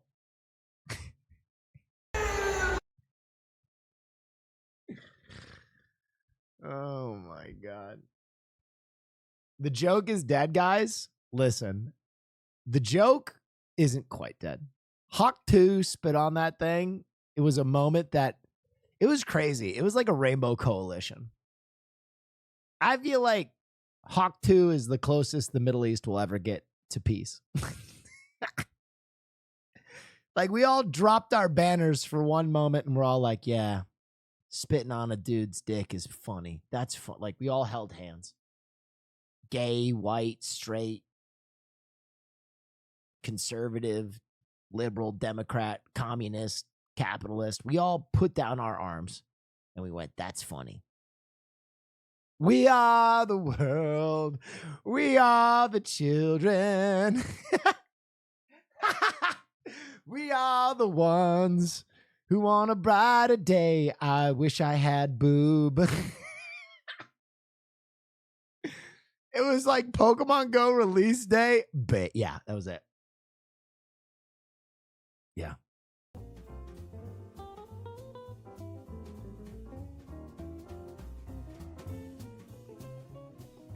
Just wait till Rhea Ripley comes back. Oh, dude. Rhea Ripley. Dude, I love her. I fucking love her. I love her so. Dude, that is gonna be a matchup for forever. That is gonna be a matchup for forever. Dude, women's wrestling has gotten so good. Rhea Ripley's gonna destroy her. It'll go back and forth. Of course it'll go back and forth.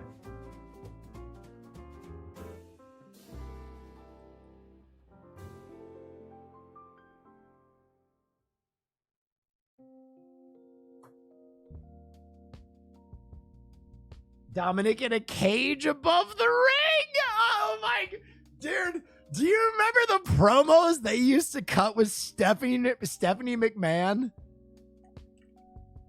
That were so absurd. Like when she was attached to the cross.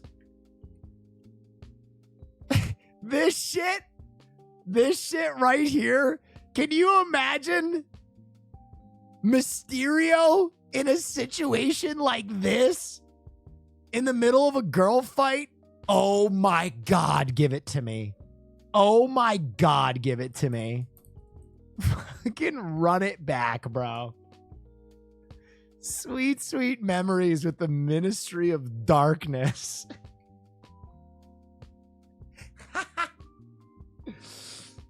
Oh, fuck.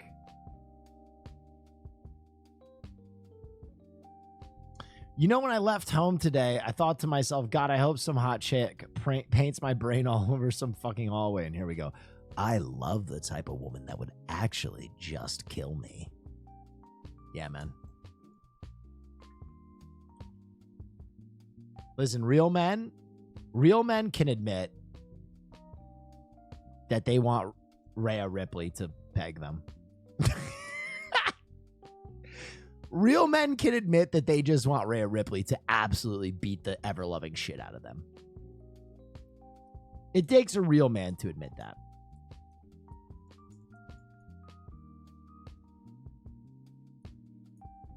I think that's an example of healthy masculinity.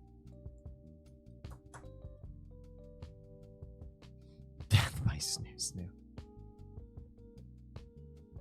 Dude, it was so funny. Caroline has started working out again, and she's been going crazy. She's been doing great. We go to the gym, and she started like pulling up photos of jacked girls. I don't take no shit Go ahead. from anyone. As a wrestling fan, I love the fact that women's wrestling went from look at these girls in bikinis to surpassing the male wrestlers. Yeah, that is true. I'm big on that. But she started pulling up CrossFit girls, and she was like, "You don't like when girls are this jacked, do you?" And I was like,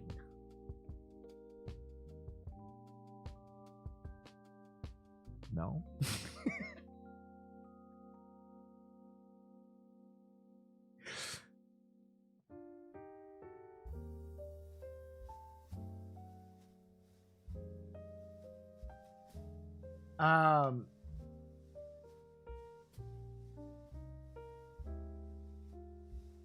Have you seen Jade Cargill? Yeah, she's jacked. Yo, Will, Supervive, the MOBA from before has a playtest soon. If you want a key, I have one extra. Yeah, I might give that a dance. Might give that a spill. Dude, when she did her Storm cosplay, it was so peak. This is just cast her in the movie. You know what I mean? So sick. Elden Ring, probably later on. I'm just still hanging out.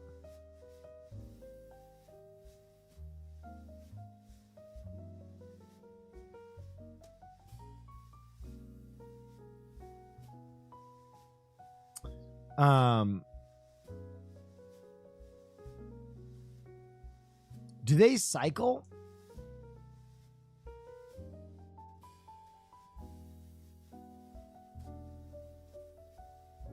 Probably. Can you give us your breakfast food tier list? Yes. I will do this, and then maybe we can react to some stuff. Let me see. Okay, first of all, this is crazy that they put all cereal in just one category. That's nuts. What am I supposed to do? Let's start with a conversation. Let's start with a fucking conversation that's going to make everybody mad. You know what? Fuck you. I don't give a shit. Suck my dick. Yes, I'm from California.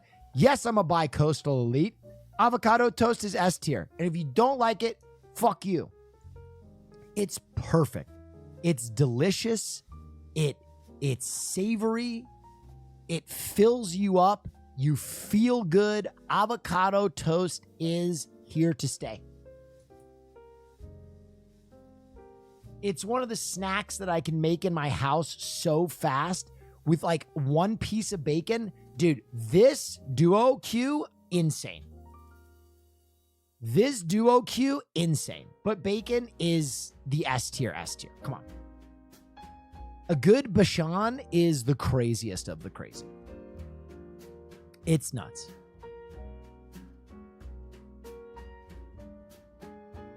Okay, this is biscuits and gravy right here.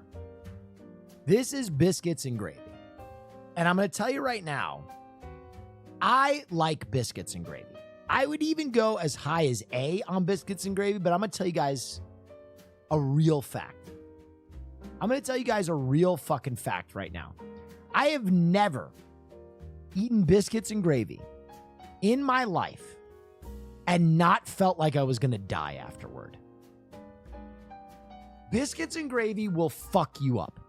I'm sorry. I am so sorry. This would be an A or an S if every time I've had it, 20 minutes later, I didn't feel like I wanted to die.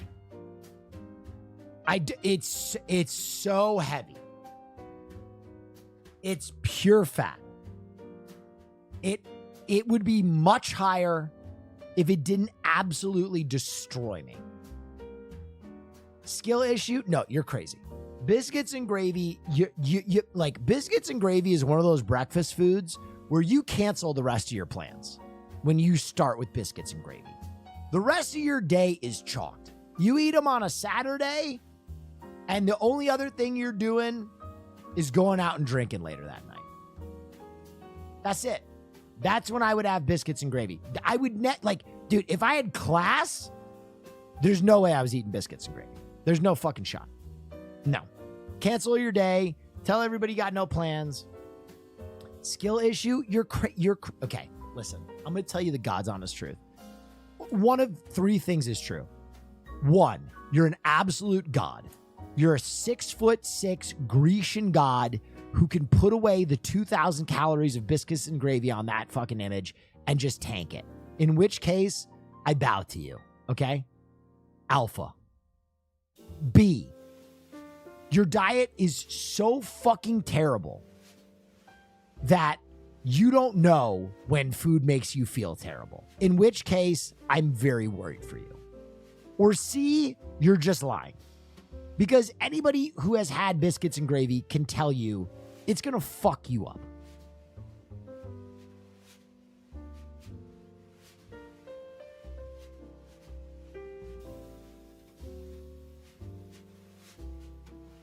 Okay. Controversial take.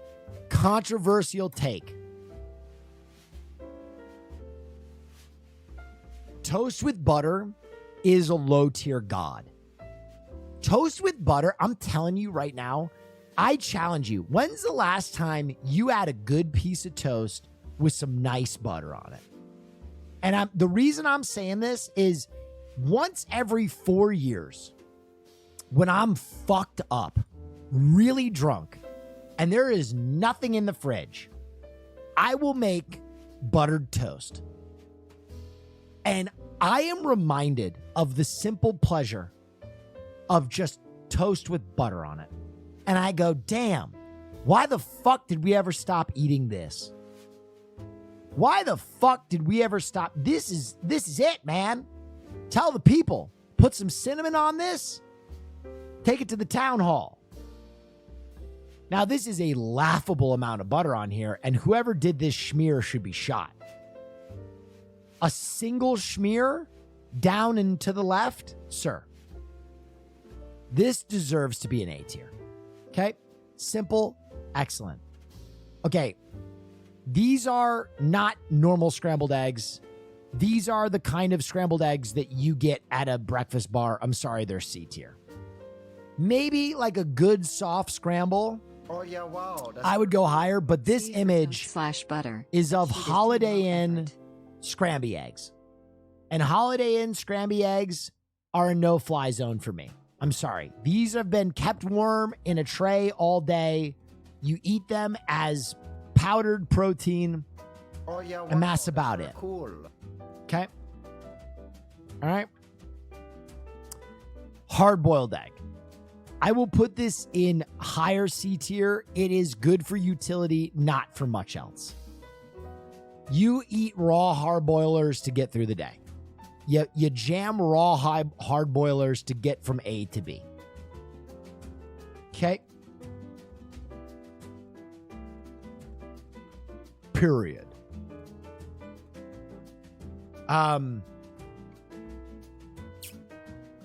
Okay.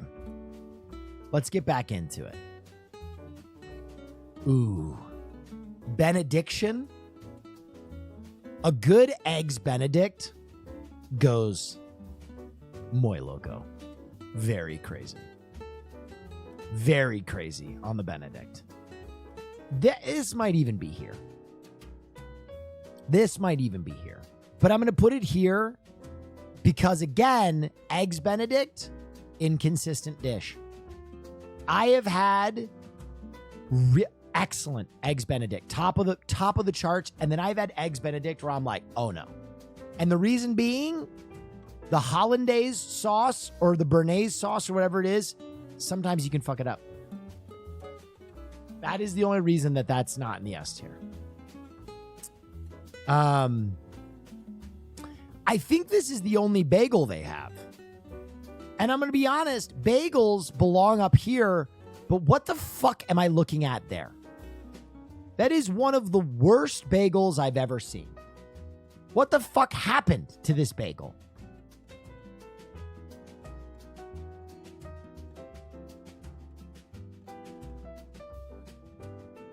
Oh, wait, that's not a bagel. What is that? These are bagels. German bagel. Okay, let me reevaluate. I'll take a step back. Reevaluate. Okay, these bad boys, B tier.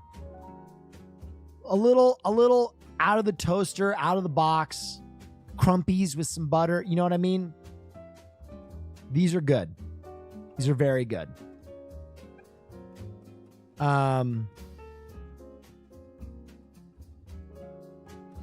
Oh yeah, wow. That's very cool. Okay. Now we're going to get a little spicy.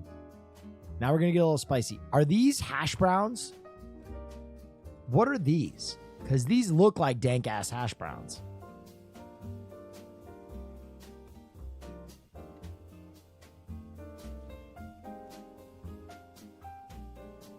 Oh, these are latkes. Ooh, that's making my mouth water just thinking about it. Oh, yeah, wow. Latkes with applesauce. Okay, I am going to knock these down to a B tier, mid B tier, just because they're not served with applesauce. If these had applesauce on them, S tier, hard S tier. But they don't have the applesauce. Gotta have applesauce with your latkes. Straight up, my mouth is watering for potato latkes with applesauce. Absolutely. If you know, you know.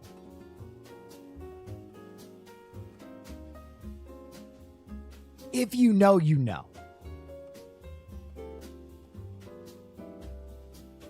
What? I gotta try that? Oh my God. Latkes with applesauce are one of the wildest food combinations. Juice, no.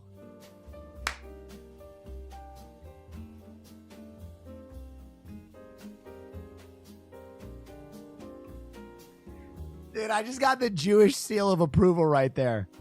Someone just went, I see you.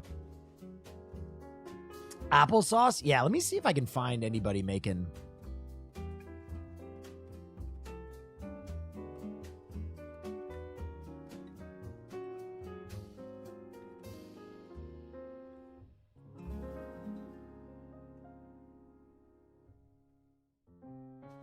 Yes. Dude. 8 days is totally not enough for this present I'm about to give your taste buds. Happy Hana latke to you. I'm going to teach you how to make a classic latke and homemade applesauce, but don't worry. I told you. I told you. Apple cider. Simmer on the God. I want to see the final product. kind of squeeze it together. Whereas happy oil apple off. You can add a little bit more oil before frying up your next batch of latkes. While these are draining, I'm going to show you my finished product, which looks a little something like this and like this. Homemade applesauce, a classic latke, delicious. To good health. That goes absolutely nuts. Absolutely insane. Okay.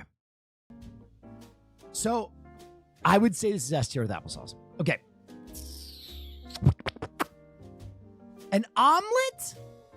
Omelets are interesting. Omelets are interesting because omelets, I'm going to be honest, they're good, they're never great. But when you go to an omelet station, you feel like the king of all creation. Omelets are where the common man go to feel like they are a patriarch. You understand? There's something about when there's like okay food at a breakfast bar, and then you see this guy full chef's outfit, all the fixins, and you just twist up something crazy. It's like, I'll have double bacon, sausage, onions, cilantro, tomato. Like, I just remember as a kid feeling like a god when there was an omelet station. So I'm going to give that an A. Hash brown, don't fucking at me, bro. Don't fucking at me. The McDonald's hash brown is one of the peaks of human engineering. One of the peaks of human engineering. Right out of the wrapper, one pack of ketchup, little stripy stripe on it, right into the fucking headpiece. When you're hungover, 10 out of 10. 10 out of 10. It even dwarfs the McMuffin. It even dwarfs the McMuffin. But if you want to be that guy, if you want to be him.com, you get 2 hash browns. One of them goes on the McMuffin. The other one you eat separate. Real fat boys know about the hash brown egg McMuffin stack. The combination. Okay. Get real. Beans. I gotta keep it a buck. British folks, I know you love beans, and hey, I love beans too. But I've just never woken up and been like, God, I need some beans. I don't get it. I don't get it. I don't get it. But I will throw you a life preserver. I will throw you a life preserver. Bangers? Put that in the high A. A great big banger in the mouth, a nice Basically sausage. started my life a month ago and it's been equally terrifying and exciting. But thank you so much for your streams being a stable thing during this insanely unstable time, Neff. Hell yeah. Those are the best times. Those are the times when you're really alive. Comfort is nice. Uncomfortable life is when you're living.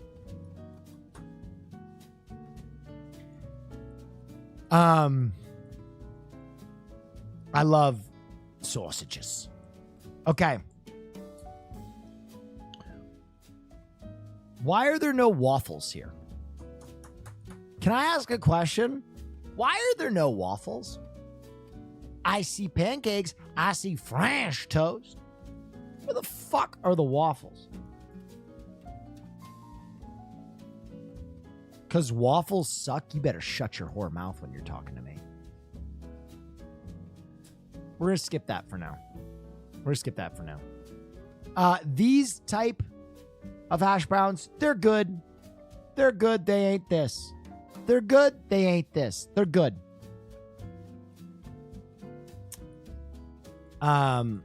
These type of potatoes, A tier though. These are great. And these type with the seasoning, even higher. Very good. Okay. Fruit salad, I'll put that in a B. I discovered an amazing breakfast items while traveling the UK, but in America the name for them is the F slur. I wish I was joking. They are like breakfast Welsh meatballs. They're called what?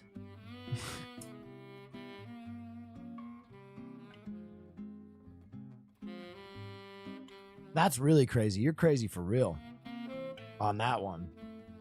Canadian bacon, I'm sorry, it's not that good. It's not that good. It's a B. Now I'm going to piss some people off. Cinnamon rolls, C. And I'm going to tell you why. Another food that I cannot eat without feeling like shit. Every time I have Cinnabon or anything like it, I feel like shit. I feel like death.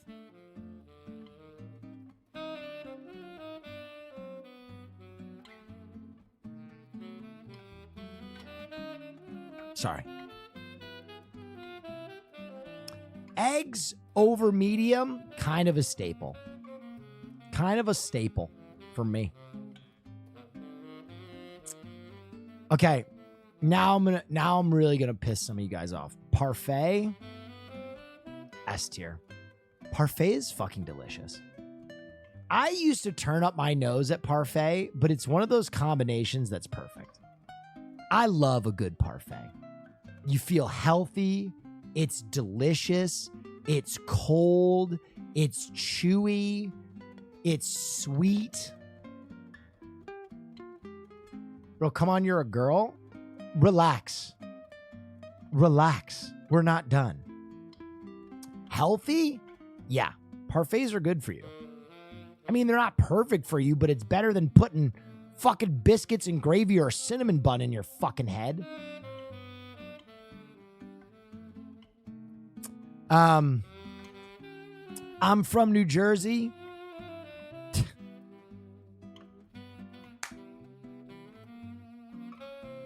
Cry about it. Pork roll, egg, and cheese, motherfucker. Pork roll, egg, and cheese.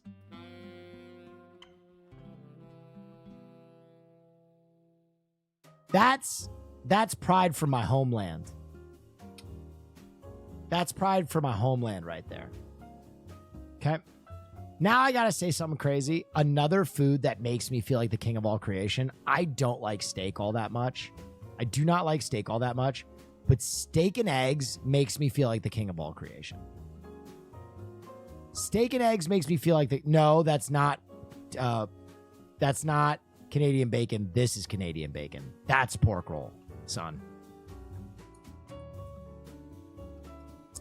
Steak and eggs makes me feel like the king of all creation.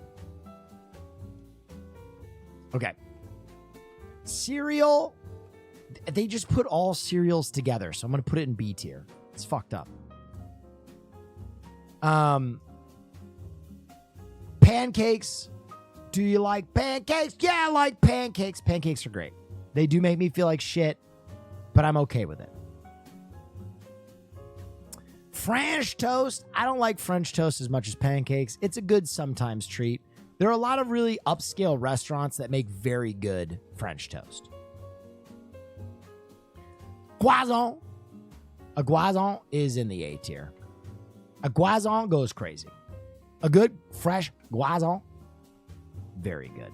Biscuits, I like biscuits, but just a dry ass biscuit for breakfast, that ain't percolating me. That ain't doing it for me.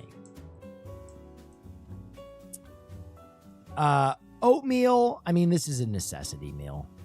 It can be good, but it's not tickling my pickle.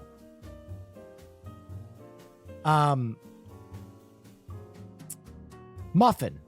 I'll put that in the B tier as well. I like a good muffin. I've had great muffins. Not going crazy. I love sausage. I fucking love both of these. Give it to me long or give it to me wide. I'll eat your sausage. I just love sausage in general. I don't know what this is. A donut. A donut. I'm going to put that on top of the A tier. Okay? And now I'm going to do something that you all should have seen coming. Bagel top of the S tier.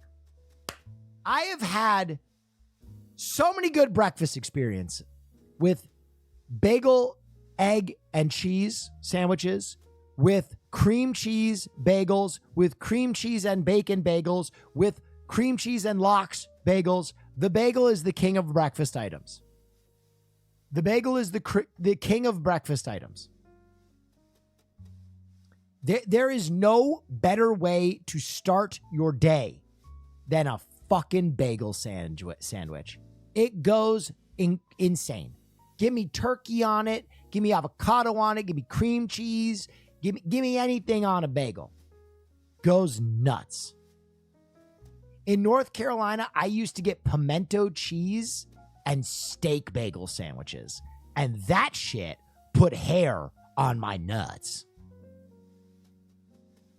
But being from New York and New Jersey as a younger person, the bagel is the cornerstone of breakfast. It is the cornerstone of breakfast.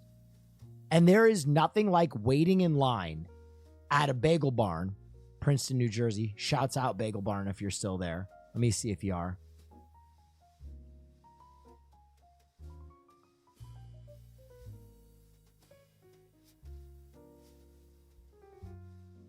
It's still there. Yes. Fuck yes. Bagel Barn in Princeton, New Jersey is still there, folks. Dude, I remember I would go to Bagel Barn. Look at these fresh bags. Look at these fresh bagels. And they would twist it up like that, bro. Cool. They would twist. Look at that. Look at that shit. Twist that. Look at that sandwich. Come on. Come on. Get at me.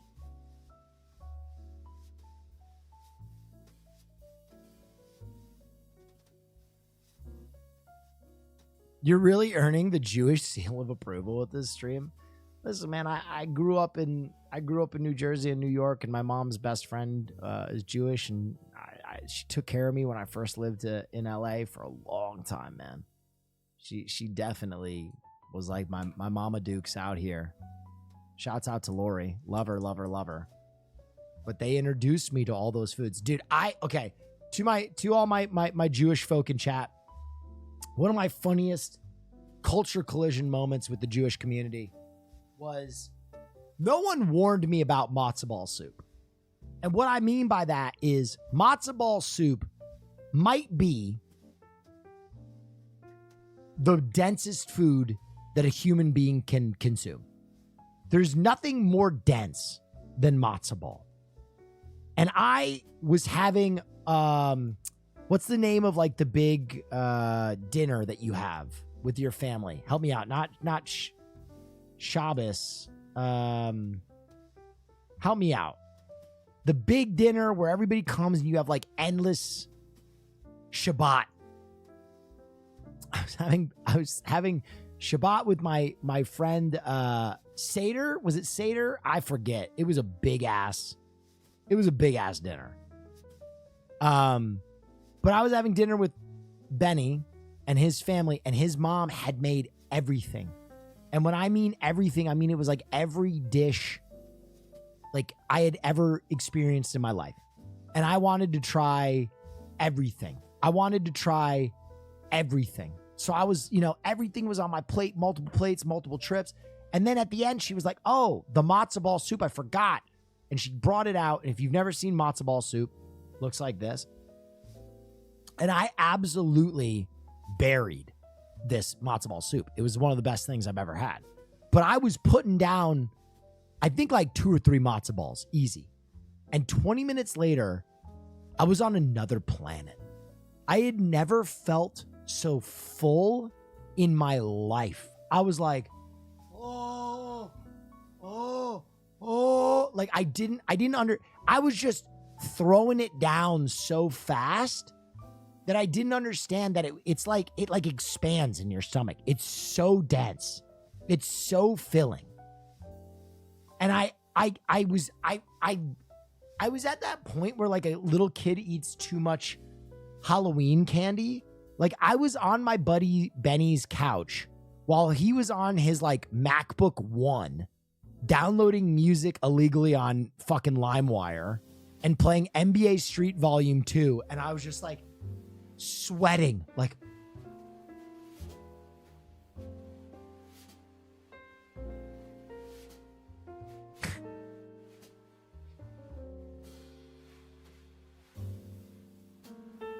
it was delicious though.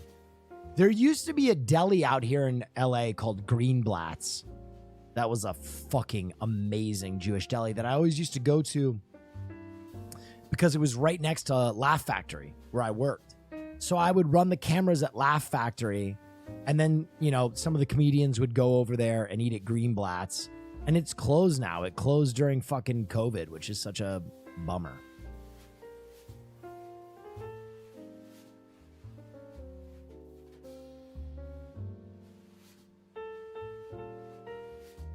Is Cantor's any good? Cantor's is good, yeah. Cantor's is good. Do you ever meet Bobby Lee? I've never met Bobby Lee. I would love, dude, I keep telling my podcast I want to get Bobby Lee on Fear End. I think Bobby Lee would be a great guest on Fear End.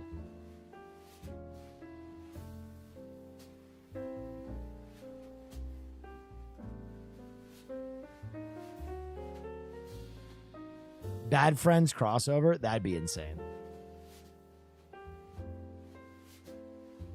I would also just love to see how Hassan's audience reacts to Bobby Lee's brand of humor.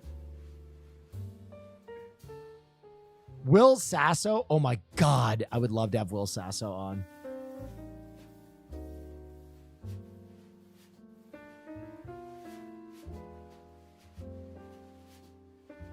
Not well at all. Yeah, when Bobby Lee did his first Asian joke, I'm sure the chat wouldn't know how to react. They'd be like, wait, what the fuck?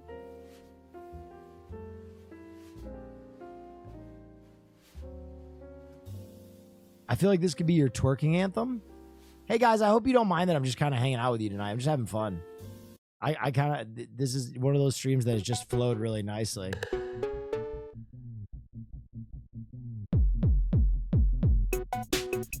Is this Portuguese shit?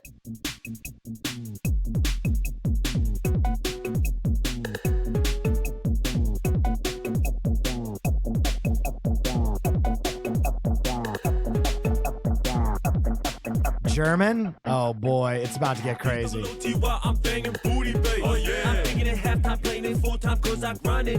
I did not expect that voice to come in. What the hell? We just got hit with that 2 Live crew throwback.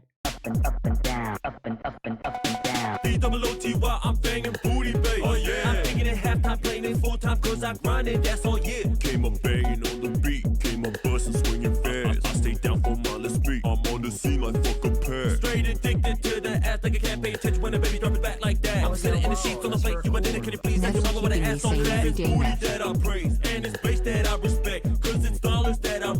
wanna be the king of ghetto tech. Cause it's booty that I praise, and it's face that I respect. Cause it's dollars that I waste. I wanna be the king of ghetto tech. Damn. You already know who the fuck coming on, man. It's MCRT, West Berlin, baby. And we putting it on tonight for the homies. Mercury 200, man. Fuck with the remakes. Let's get it. Hey, what the fuck is that? Stop that shit, man. We need to do better than this.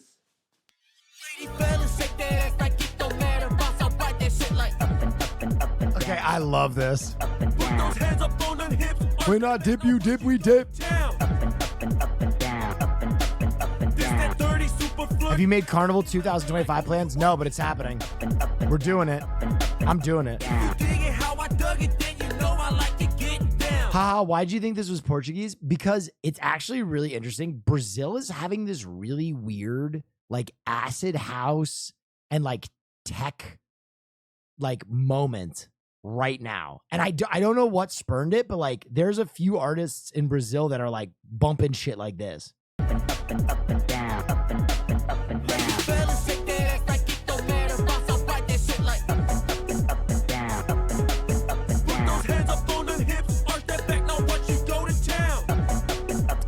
Do any of you know, like, the artists I'm talking about? There's one that's like, it's like straight up acid house with the guy being like, with like kind of rapping over it.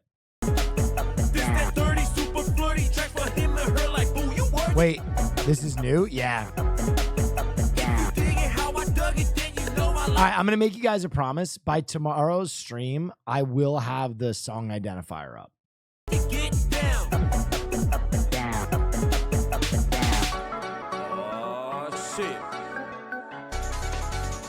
Take you down memory lane right now. You in the club, you having a blast. Will promise, I always make good on my promises. They sometimes take a little longer, but I'm pretty good for a streamer.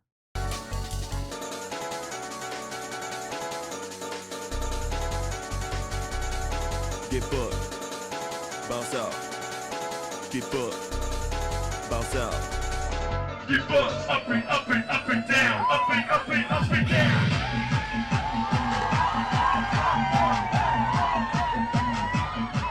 Choro in Brazil? Is that it?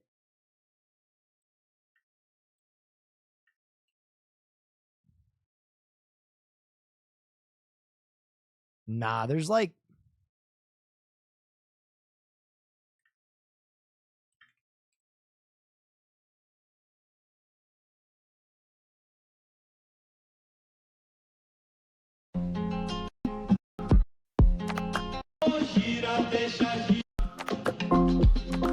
I'm trying to find this one track that Hassan plays all the time.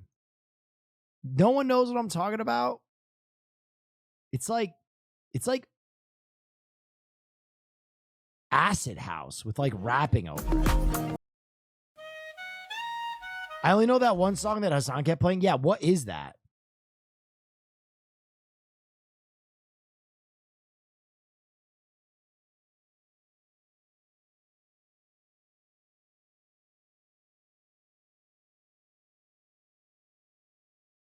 Is this it? Yeah. A melhor coisa que você vai fazer hoje é mexer a bunda até o chão escutando essa putaria aqui, ó. Duvida não, hein? Duvida não, hein? Cada chega com texto, é festa aqui na alta. Cada chega com texto, é festa aqui na alta. Cada chega com texto, é festa aqui na alta. Cada chega com texto, é festa aqui na alta. Cada chega com texto, chegou uma, chegou duas, logo após já chegou três. Chegou uma, chegou duas, logo após já chegou três. Uma embicou no quarto da sala, é bola da vez. Comi uma, agora...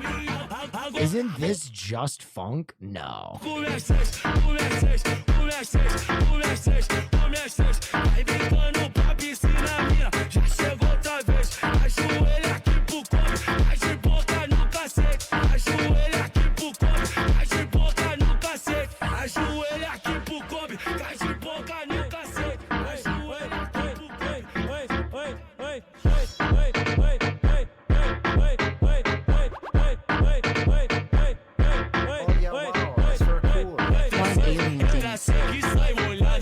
This is just deep house, to be honest. Isn't it a little fast for deep house?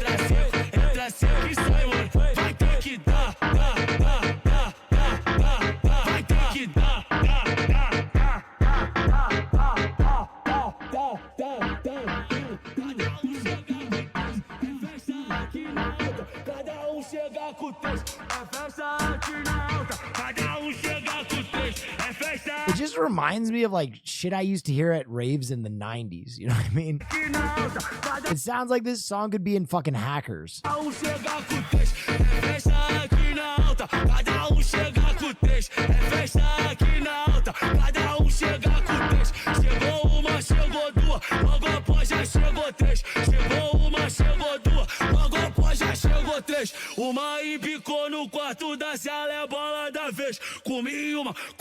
Yeah. Then there was another Portuguese song that was like so weird. It was like a dance one. I can't remember.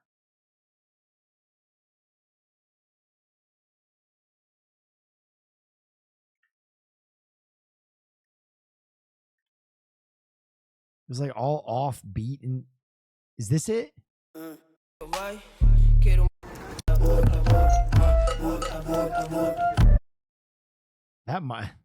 That's close.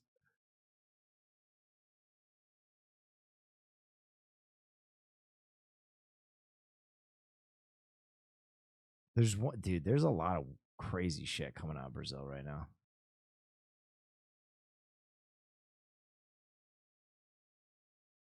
Whatever. Whatever.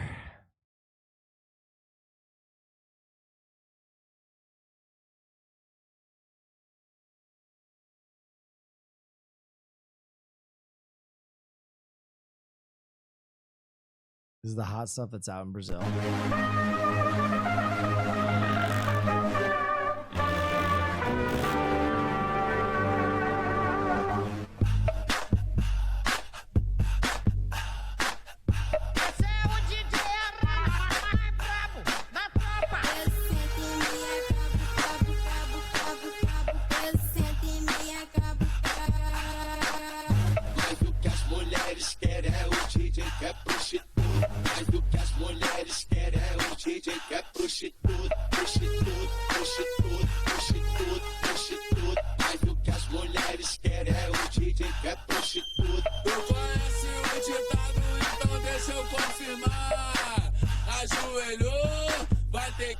It's just a Timbaland beat.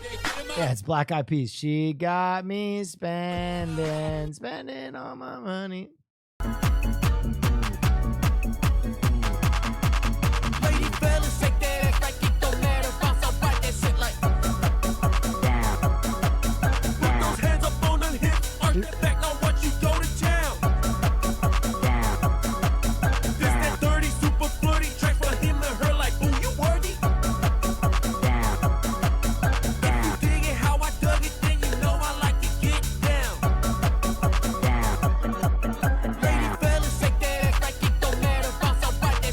Lounge beat? Yeah, this isn't the song I played. This is the song someone sent me.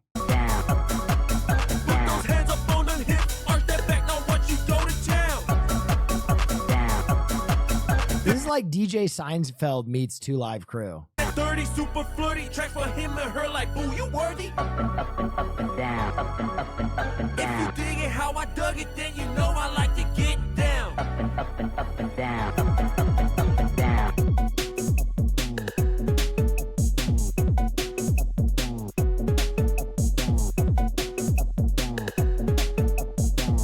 I like it. I like that too. That's that good shit. Did Will just unlock a new genre for me? I do my best. Up and down. This one was made out of a country's disaster alarm sound system.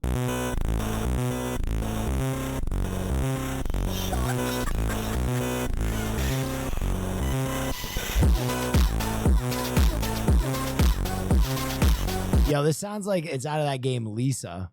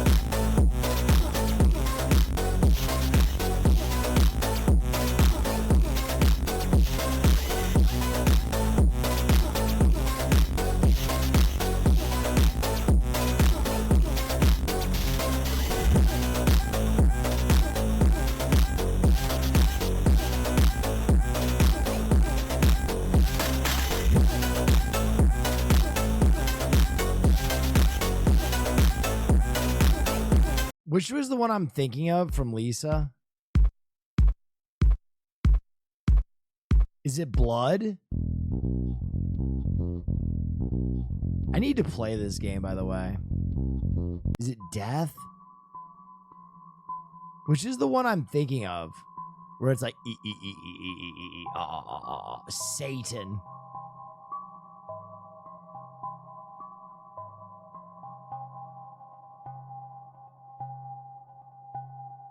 Is this it? No, where is it?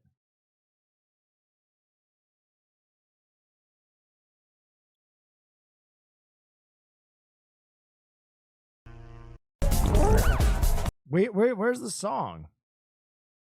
I Am Satan?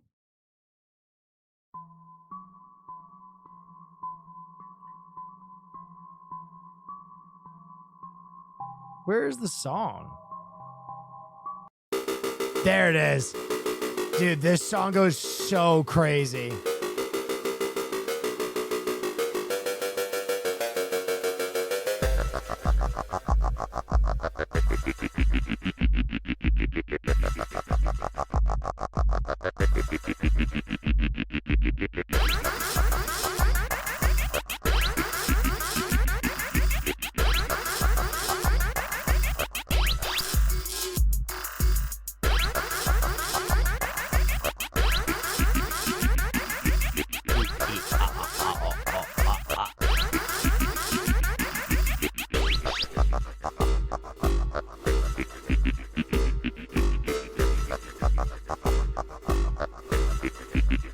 That goes so nuts.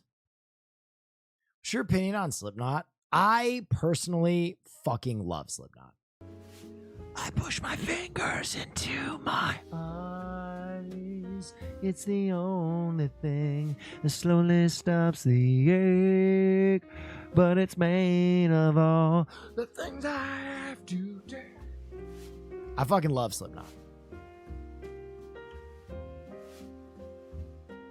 Jesus, it never ends.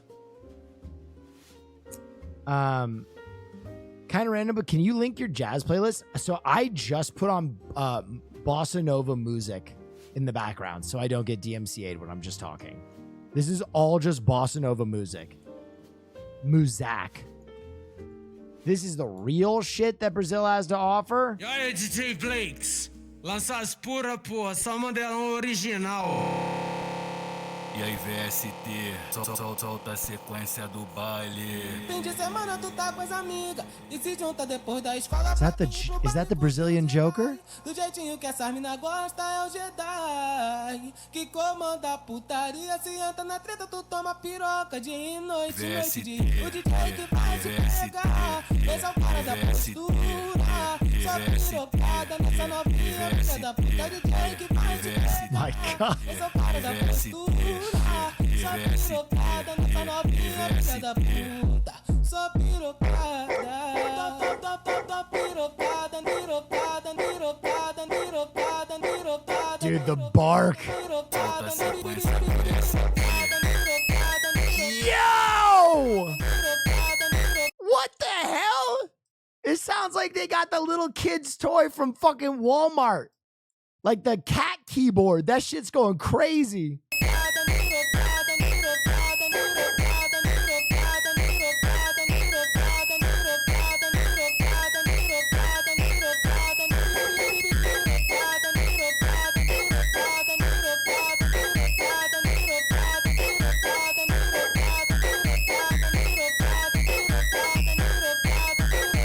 Okay, my Portuguese, my Brazilians. There's another song that sounds kind of like this that has like two overlapping beats that don't really sync. And it's a very similar music video and it goes crazy. It has like 40 million views. Does anybody know which one I'm talking about? And it's like the lyrics of the song are like, they're about fucking, obviously. I don't know if that helps at all. I feel like a lot of these songs are just about fucking.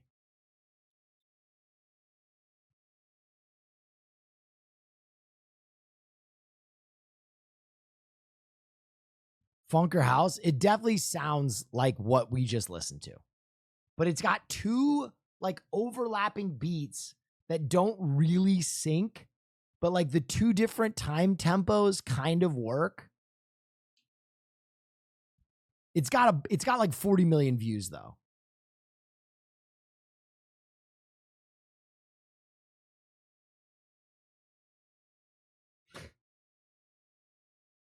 What's the name of that song? That way I will block it. It's Pura Magica.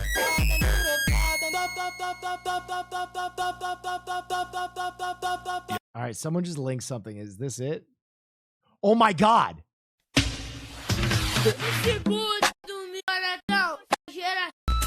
You found it!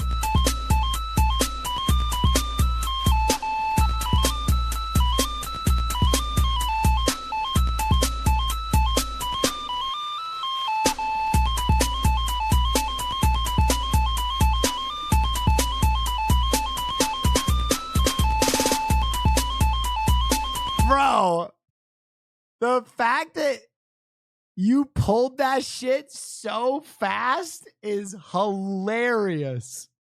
It makes no sense. Especially when you listen to the beginning of this song.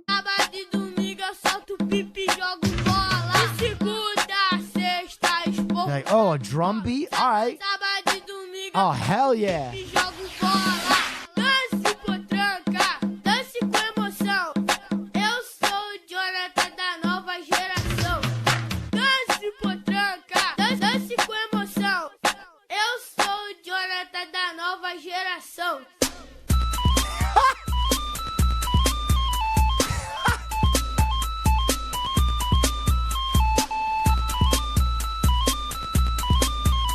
Dude, I want to be unconscious in Rio, just shaking my fucking ass meat to this.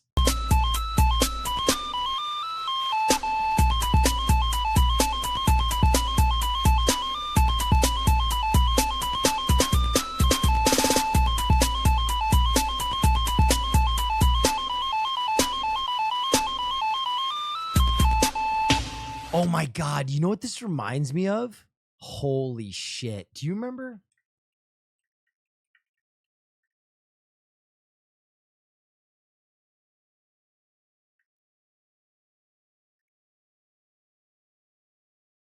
What? Oh my God, someone help me.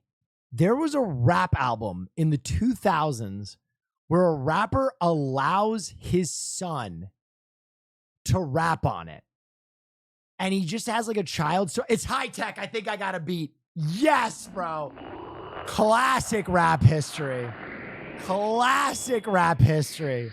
If you've never heard this, this is one of the sickest songs ever.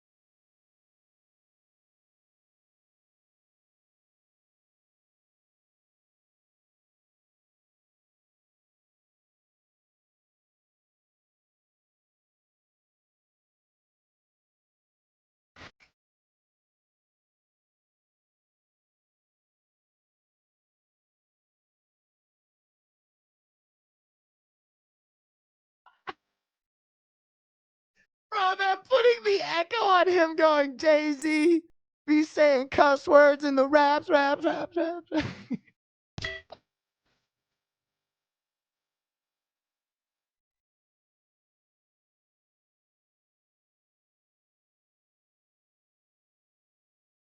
For press use only. Baby Grand Records.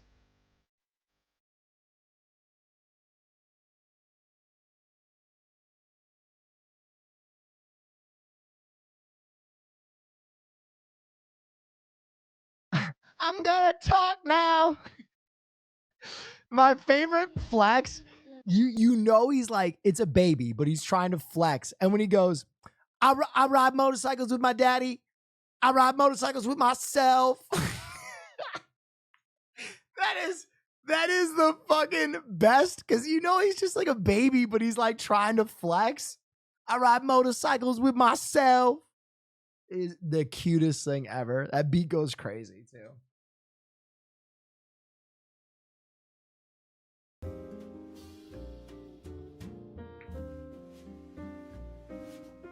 I ride motorcycles with myself.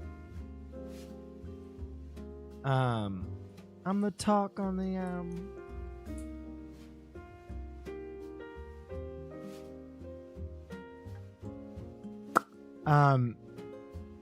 Bauer used that melody at the end of a song.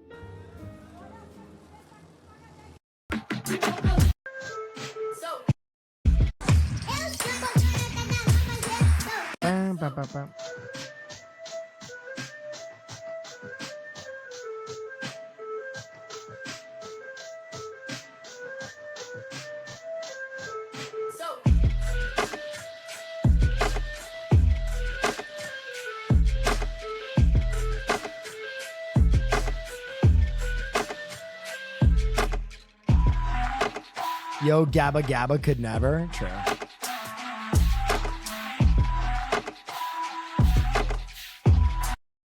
Dun dun dun dun dun dun dun dun dun dun dun dun dun dun dun dun. Mas eu já estou crescendo.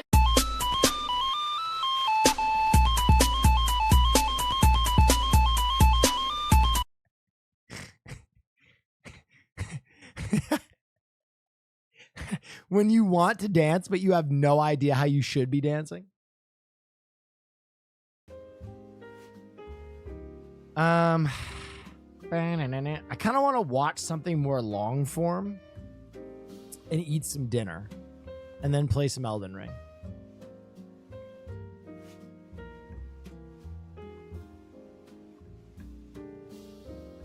Just have a stroke.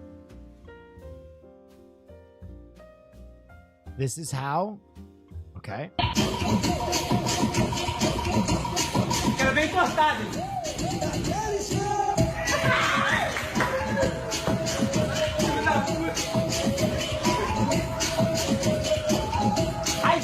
It's like they're floating in air.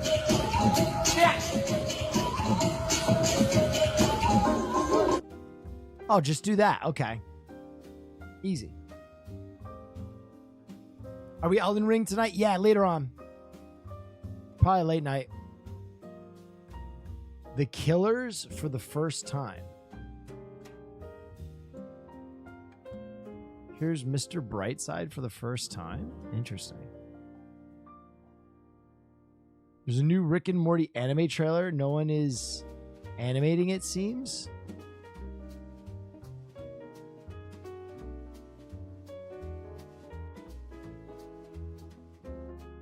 Who's this? I haven't seen this yet.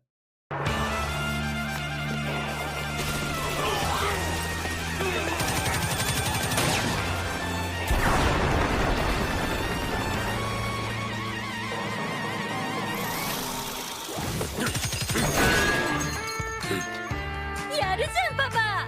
地下室から武器を取っといて。私も行くわ。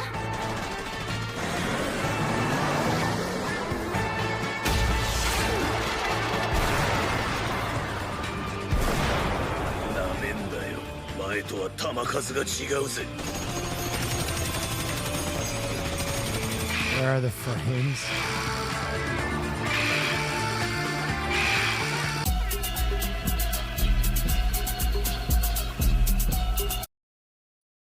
You know what I've really been enjoying is Smiling Friends. Smiling Friends has been really funny this season. All right, I'm going to go grab some food real quick. When I come back, we will make a decision on what we're doing. 2 seconds.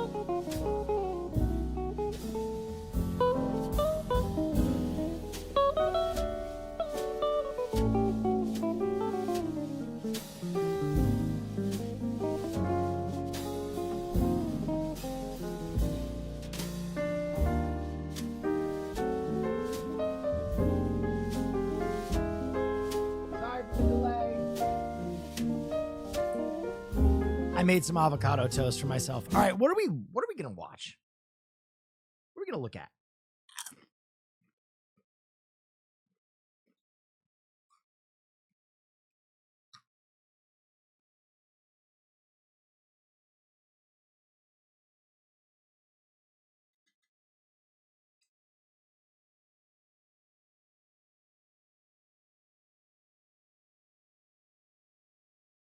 The making of Mad Max Fury Road was a shit show. All right, we'll give this a try. There are many films that fit the label of a shit show, but nothing quite like Mad Elon Max Musk Fury just Road. launched a new Plagued by animated war and show. weather, direct. What?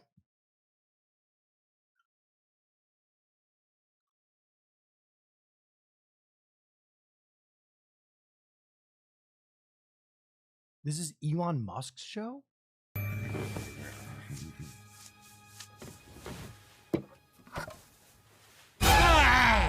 What's that? Progress.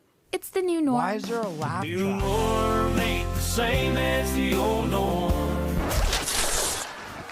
I'm the old Norm. I want normal beer. Warning, warning, perimeter reached. Ugh. It's your fault I got house arrest. You're the one who threatened the school board. I gently suggested Yelled. they stop brainwashing my daughter that girls aren't girls and men aren't men. Sometimes they're neither, or both, or furry and dressed like dogs. Ow! Janice! What's that? Warning, offensive. Actually, that is one of my pronouns. Also they, them, and me. You're non-binary? How do you know that word? I learned it in school. That's why I'm locked up. Norm, the judge agreed. What is this? The South Park of X legalized humor. Did Elon Musk actually have a hand in this?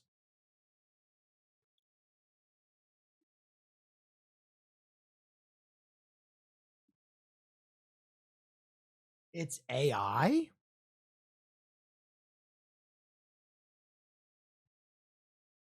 Jesus Christ. Dude, Twitter is a hellscape now. Oh, yeah, wow. I have a mind to just delete my Twitter. Just sending a thank you for providing content for the last few months. Thank you. Lost my father suddenly and it's just been a crazy few I'm years. sorry to hear that. Stream/VODs while I've been going through life has helped. Hey, buddy. I'm sorry to hear that. Actor George Miller's long-in-the-making sequel faced a decade of delays before he shot a single scene. But once on set, things just got worse. Harsh weather, life-threatening stunts, actor feuds, studio interference, everything about the movie is a prime example of a shit show. I thought that if you prepared a film well enough, that the film that's in your head it's just a matter of executing it. And I was quite naive then. What I didn't realize that filmmaking is tough. It was the mid-70s. Actor feuds? Yeah, apparently Charlize Theron and Hardy hated each other. Like, would hardly be on set with one another. To the point where they had to change the ending where he's just walking away with a thumbs up because they didn't want to be on set together for one more day. And a young Australian named George Miller had just finished his residency as an emergency room doctor. And like most medical professionals who see the horrific violence of car crashes, Miller chose to direct a movie about violence and cars. And there's no question that Mad Max was influenced by my childhood in rural Queensland. Completely flat roads, loamy soil, heat haze, burnt land, with a very intense car culture. By the time we were out of our teens, several of our peers had already been killed or badly injured in car accidents. Kind of got into me, it kind of disturbed me quite a bit. And I think all those I did not know that about Queensland. things kind of were part of the mix of the Mad Max films. With the help of his friend and producer Byron Kennedy and a bunch of their school buddies, Miller directed the 1979 indie classic, Mad Max. The revenge-fueled action drama starred the completely unknown Mel Gibson, cost under $400,000, and took in a worldwide total of $100 million. That's crazy. To put that in perspective, in 2020 dollars, their return on investment was over $350 million. Not bad for a first movie that was mostly shot illegally along the Australian outback. So, of course they made a sequel. Mad Max 2 in 1981, also known as The Road Warrior in the United States, Road Warrior fucking rules. wasn't nearly as big of a hit, grossing less than half of the original. But what it lacked in receipts, which is crazy because it's in my opinion still the best Mad Max outside of Fury Road. More than made up for with its stamp on pop culture. Miller's precise direction created an action classic that many still consider one of the greatest. And his uncompromising vision is exactly what you think of when someone says post-apocalyptic, as the film invented that visual style, which has since been imitated for decades. Damn, they showed Waterworld, to the Fallout games, to the Lego movie, and even a Utah Highways ad campaign. I thought this guy was Mel Gibson for years. Another sequel was obviously in the cards, but while in preparation, Miller's friend Byron Kennedy, who co-created the world of Mad Max, died in a helicopter crash. We were like filmmaking brothers, and so that had a big effect. And then there was that sort of need to sort of, let's do something just to get over the shock and grief of all of that. Miller reluctantly started a third Mad Max film, while partially handing the reins over to co-director George Ogilvy. Thunderdome! Who runs Bartertown? Master Blaster. Who run Bartertown? Master Blaster. 1985's Mad Max Beyond Thunderdome happily shows the backing of a big Hollywood budget. The film has its own charm and moments, but is widely regarded as the weaker sequel. George Miller decided to move on from the character. For the next decade... No, Thunderdome. It has its own appeal. Come on. Thunderdome? Miller inched his way into Hollywood, but mostly withdrew from... That one speech, ladies and gentlemen, boys and girls, dying times here. Directing. In 1993, Warner Brothers, who distributed the Mad Max films outside of Australia, hired Miller to helm an adaptation of Carl Sagan's novel, Contact. That He movie worked on the film for 2 years, but in that movie fucking rules. Contact fucking rules. time, the script wasn't final, no budget was submitted, and the only thing the fastidious Miller had truly accomplished was casting Jodie Foster. Warner Brothers fired him without warning and gave Robert Zemeckis the job. Miller sued for breach of contract, and in the 1997 settlement, he acquired full rights to the Mad Max franchise. I did not know that either. A year later, 13 years removed from Beyond Thunderdome, Miller crossed a street in LA, and Thanks for the hype train, suddenly guys. an idea popped into his head. What if there was a Mad Max movie that was one long chase, and the MacGuffin was human? Wait, what is a MacGuffin? Glad you asked, Ian. A MacGuffin is like a fake plot point. MacGuffin is a term commonly used in fiction. Plainly, it's something that moves the plot forward. It could be, find this person. Who gives a shit? Where is Doug? Or find this object. The stones are in the past. We could go back, we could get them. It might be something rather pointless. He peed on my rug. He peed on the dude's rug. Donnie, you're out of your element. Or world-ending. One ring to bring them all, and in the darkness, Whoa, did we get an Emmy raid? Rue raid? Have a deeper meaning. That's a big old raid. It was his sled from when he was a kid. There, I just saved you 2 long, boobless hours. Or you might never know what it is. Hell, both the... Thanks for the raid, Emmy. I hope you had a wonderful stream. Did you beat Elden Ring yet? I'm going to be playing it after this. We're just watching a little stuff about Mad Max Fury Road, and then we're going to get into some gaming. Harry Potter and Indiana Jones series have the MacGuffin right there in the title.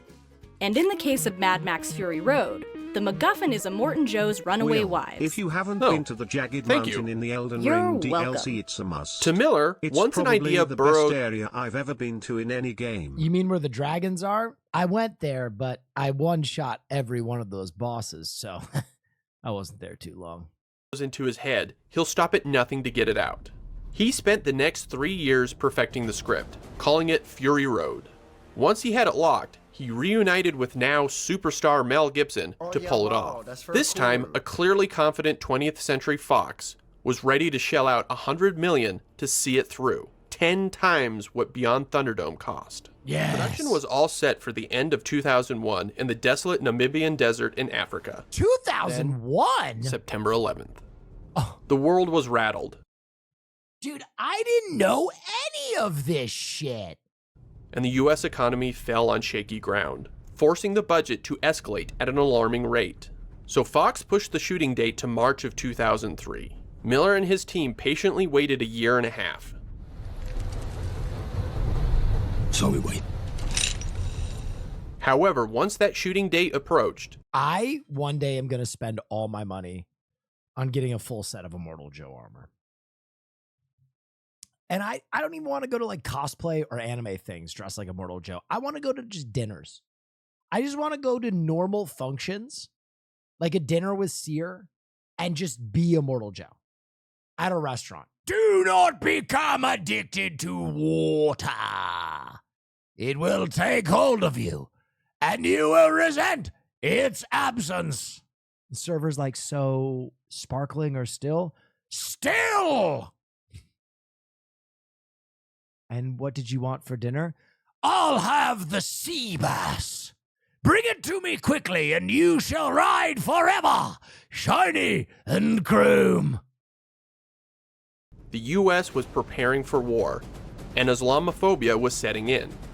This time, travel restrictions made things nigh impossible, and filming in an African country where Muslims might live terrified investors. Fury Road was deserted. By 2006, Gibson said the movie was dead, and that he was getting too old for it anyway. Miller started conversations with fellow Aussie Heath Ledger to pick up the mantle, but Miller too decided to move Heath Ledger on and pursue a film Bro. placed in a different lonely wasteland, Antarctica. He directed the animated feature Happy Feet, which, if you haven't seen it, guys, absolutely pulse-pounding action. If you think Mad Max is crazy, wait till you see Happy Feet. A group of post-apocalyptic penguins take up dance in gang ritual to fight for a melting ice cap. Dude, it's cute, but it's also violent as hell, dude. I was not ready for Happy Feet. For Warner Brothers. Apparently the two parties mended their relationship. The film was a big success and won Best Animated Film at the Oscars, so Warner Brothers wanted to stay in the George Miller business.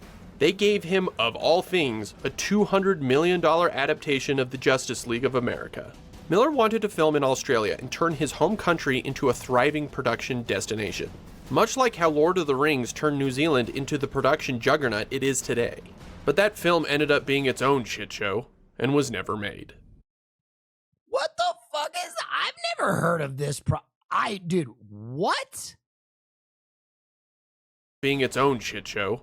What is going on with Batman? Wait, have you guys heard of this?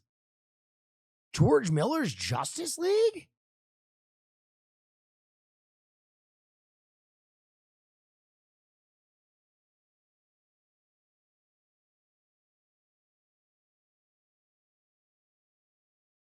Dude, what? Look at Martian Manhunter. He thick for real. And was never made. By the time Miller got around to Mad Max again, his work on Happy Feet Look gave up him the the idea cast. All right, I want of just making. I want to see the cast. I want to see the cast. He made Happy Feet 2 Beyond Thunderdome.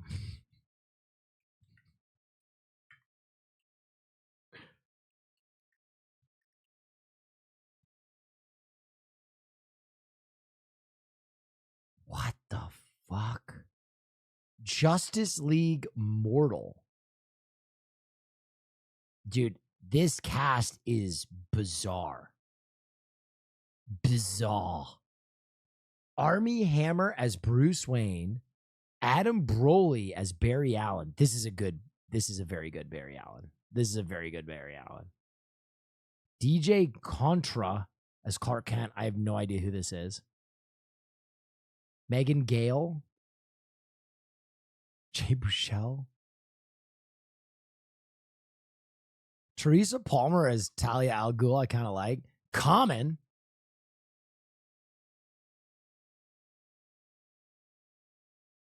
Huh.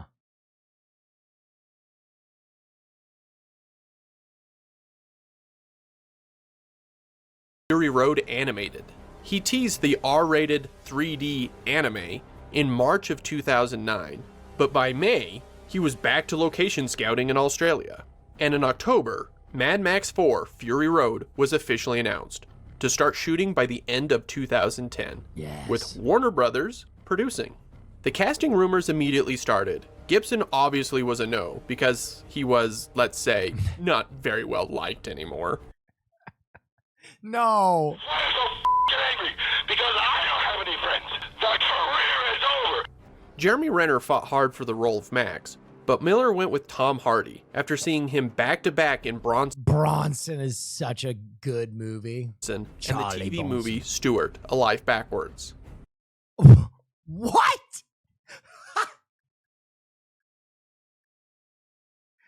What? Of all of his roles, Bronson I get. Like, I'm like, yeah, Mad Max.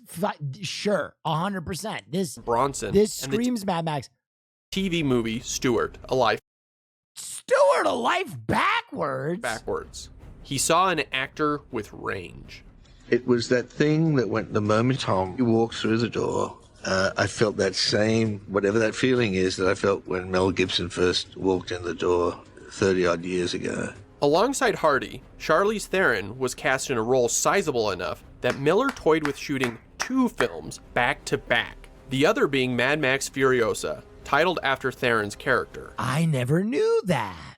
Either way, Fury Road was picking up speed. In late 2010, it was actually happening. Crews arrived in Broken Hill, Australia, the same desert location they filmed. I want my dumbest purchase I ever want to make is I want to get a Mad Max car. Maybe not one from the movie, but I want to go to like a body shop and I want to be like, just fuck this car up. Just make it so weird. Road Warrior. Miller was once again hoping to kickstart Australia's film business. They shipped dozens of vehicles built years ago to the site, constructed a few dozen more, and plowed roads for shooting. Just in time for build one on stream. That would be so good. Good investment. Listen, man, I'm going to die one day soon, probably. And I don't want to get to the pearly gates and look St. Peter in the eye. And when he goes, did you live a good life? I'll go, it was okay. I never had a Mad Max car. And he's going to go, I'm sorry, hell.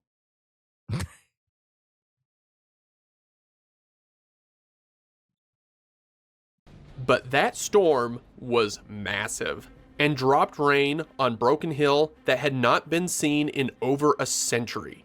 When the cast arrived 2 weeks before production, instead of apocalyptic barren sand dunes, landscape had bloomed into a wonderland of wildflowers. Dumbfounded. You want to know what he says if you show up and you've had a Mad Max car like this one on screen right now? He'll go, oh, I'm sorry, sir. You can't go to heaven. You're going to Valhalla. You're going to Valhalla. You're going to Valhalla. And all the other guys in line for heaven will be like, aw, come man. That is my most toxic trait, is that I want to spend eternity in Valhalla. I would like to go to Valhalla. That is where I would like to spend my eternity. Valhalla sounds sick. It's perfect.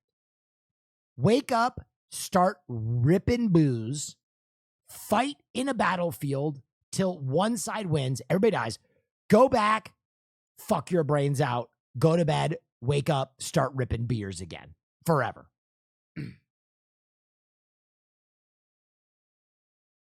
You're too soy for that? Wait, what? They need people to lose too, brother. It can't just be the winning side in Valhalla. You know what I mean? It's like wrestling. They need heels and they need faces. I'd be a great villain. I'd be a great Joffrey in Valhalla. You know what I mean? I'll see you on the battlefield. And without options, the producers pulled the plug, putting everything into storage, and Theron shaved her head for no reason.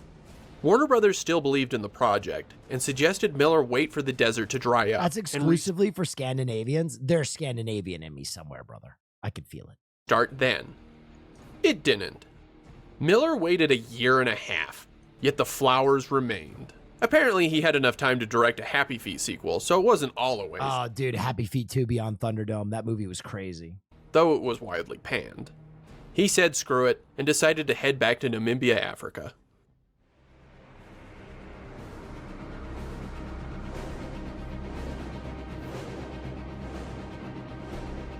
In June 2012, all 150 vehicles were shipped to Africa, Theron shaved her head again, and cameras finally rolled on Fury Road. And that's when things got bad. First off, the Namib Desert was a roller coaster of an environment. The first 3 weeks were hounded by unpredictable, blinding dust storms, putting a pause on all filming. Oh, what a day! What a lovely, lovely day! At the worst of times, temperatures would reach over 110 degrees one day, and weirdly, drop below freezing on another. He pulled a Chappelle? Who pulled a Chappelle? And most of the cast weren't exactly dressed for it. Then there was the sheer scale of production, and the many ways people could have died on set. Miller knew he wanted his film to never break the laws of gravity, and to him, that meant filming everything for real, and not leaning on CG as a crutch. He was adamant that everything had to look dangerous, but doing so would require meticulous planning and some truly harrowing stunts in and around fast-moving vehicles. Oh, yes. This film was going to live or die, figuratively and Witness awesome! Literally, through Miller's stunt team, led by Guy Norris. Norris's first film was The Road Warrior, playing one of the villains, as well as being his own stuntman. That stunt is absolutely ludicrous. How the fuck did anyone do this and not die? Stuntman. How did anyone do that stunt and not fucking die? Playing one of the villains. What in the absolute fuck? He is rotating so he even fast. Broke his leg on that movie. So Norris felt an immense responsibility in making sure he broke his leg. Okay. Fury Road went injury-free. As Hardy said, their methodical professionalism kept things from getting dangerous. Or at least not as dangerous. Each day demanded hours of preparation for every vehicle on screen and behind it. Not only was it a safety-first operation, it was also like solving a gigantic math problem. All of this combined made Miller insanely nervous each time he called action. Having crafted this story for so long, Miller, along with co-writers Brendan McCarthy and Nicola Thoris, had pages upon pages about each character and gang. Yet he deliberately wanted the film to have as little dialogue as possible. Therefore, the entire film was laid out in storyboards, to the point that there was no screenplay for Fury Road. Only 3,500 hand-drawn black and white That's so awesome panels of every shot of the movie. For the cast and crew standing in Miller's office, it sold them completely on a project that seemed to have every detail ironed out. But in practice, in the middle of the desert without a script, the cast had little to wrap their heads around what was currently being filmed on any given day. Miller would construct elaborate half-day setups with dozens of vehicles and actors in frame, and only film seconds of it. He had mapped out the whole film in his mind, but it was difficult for him to relay his vision. and he was so focused on the safety of everyone involved, he had little time for the actors and their questions. What a based king. What a king. You never hear that. Yeah, they were so obsessed with safety, he slowed down. You know, I know what I'm doing. This gnawed at Tom Hardy, and it would turn into explosive arguments with Miller. And George will ask you to do things which may seem insane, and they are. And then when you see the movie, having been there, and I see what he meant now, and he was trying to explain in the sand when we were out there, and it was a nightmare. A brilliant nightmare and confusing. I wish I looked like this dude. He has such a good look. You're not really in a movie. You're in George's head. The actresses who played the five wives were all relative newcomers and terrified by the utter madness Miller had orchestrated. They don't take no shit from anyone. We should watch this channel's video on the Abyss. It's crazy. On the Abyss? Oh, yeah. The production of The Abyss was fucking nuts. Onto Theron as a guide. But Theron herself was having doubts Miller knew what he was doing. Having experienced directors who fail at their promises, she started putting up emotional barriers. Meanwhile, Hardy's insecurities about replacing Gibson got the better of him. Then life started imitating the art. Theron and Hardy entered a relationship gauntlet, driven by exhaustion and survival, frequently bursting into yelling matches. It set up the two characters to be that, and there were days on the shoot where Tom and I felt that way towards each other, and I think it was impossible not to have that. I think even if you don't believe that material affects you, it's an impossible notion. When you're living something and doing something for 8 months straight, it just is under your skin, and you want it to be under your skin as an actor. And so there were days where I think it was almost just easier for us to show up and deal with each other in that way. When asked about their time on set, She's and their such a pro. She's such a pro because she could have been like, fuck Tom Hardy. Because they hate each other. They straight up hate each other. Like, by the end of this movie, they hated one another. Rumored feud, Theron and Hardy portray a mental and physical crucible where they grew to outright hate each other, but through that, gained a fierce respect for one another.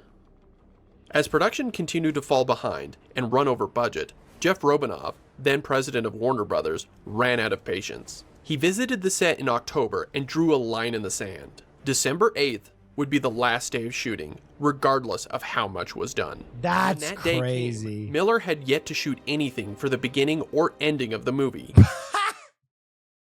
What? Essentially everything at the Citadel. His movie was forced into post-production with no explanation of why Furiosa was on the run, or why Max was tied to the front of a car, or who the bad guys were, or even worse, no conclusion to any of it. And this goes on and back and forth for And then it just kind of ends. Until the movie just sort of ends.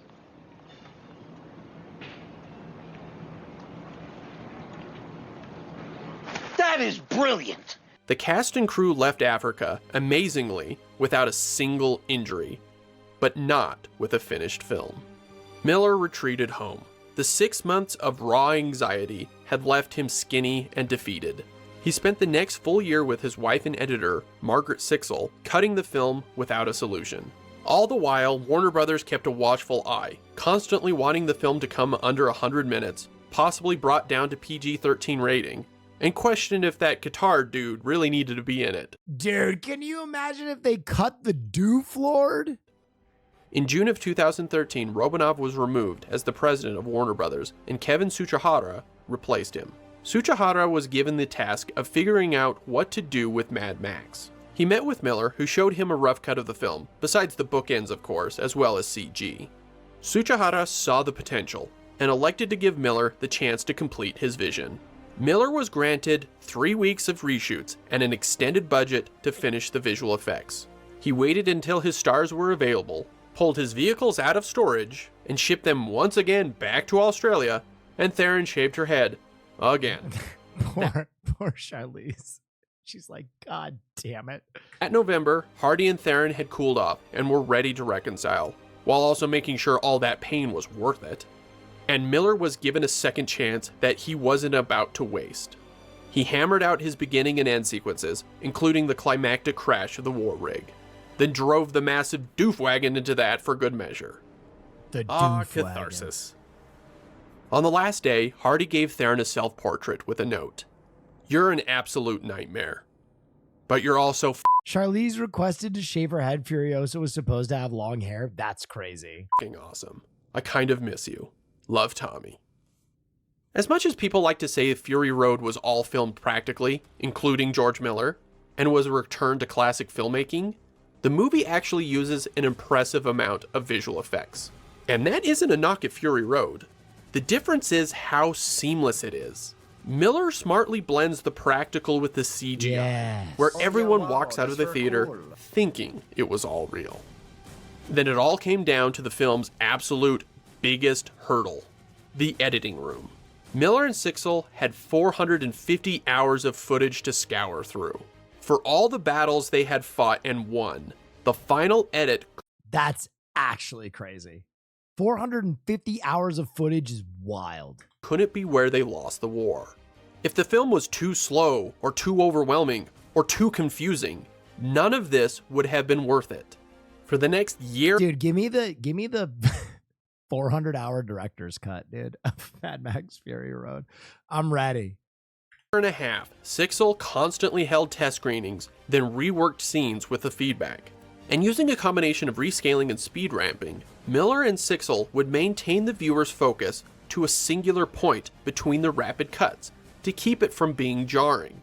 A painstaking process that explains the extremely long post-production time.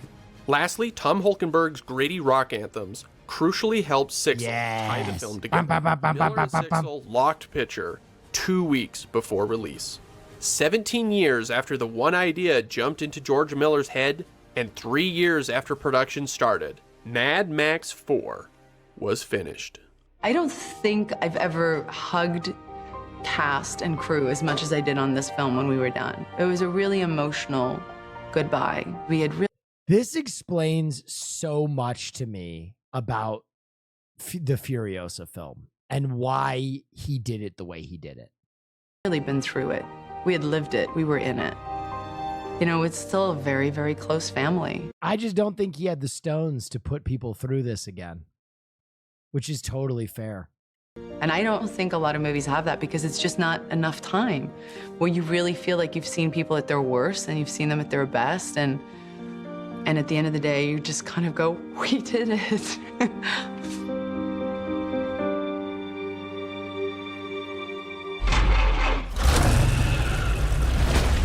In a dark room filled with 6,000 Bro, I remember the first time I saw Fury Road, I was so excited. I saw it first week it was out, and I went to Grom's Chinese Theater. I saw it in laser 3D, and it was like, fans. George Miller debuted the first trailer of the fourth Mad Max film at 2014's San Diego Comic-Con. Jaws hit the floor, the doors blew off. Production was so silent for so long, no one was prepared for it, and they certainly couldn't wait 10 months to see it. 36 years since Miller's journey began, and 30 years beyond Thunderdome, Mad Max Fury Road reached theaters on May 15th, 2015. While Fury Road faced stiff competition from Avengers Age of Ultron, trash, and couldn't beat Pitch Perfect 2 on opening weekend, the film was still a hit. And thanks to the phenomenal reviews, word of mouth gave the film legs. Bone-crushingly intense, richly detailed, flawlessly edited, and masterfully directed. Audiences hadn't seen anything like it. Fury Road instantly became a modern classic, and topped critics' lists not only for 2015, but for the decade.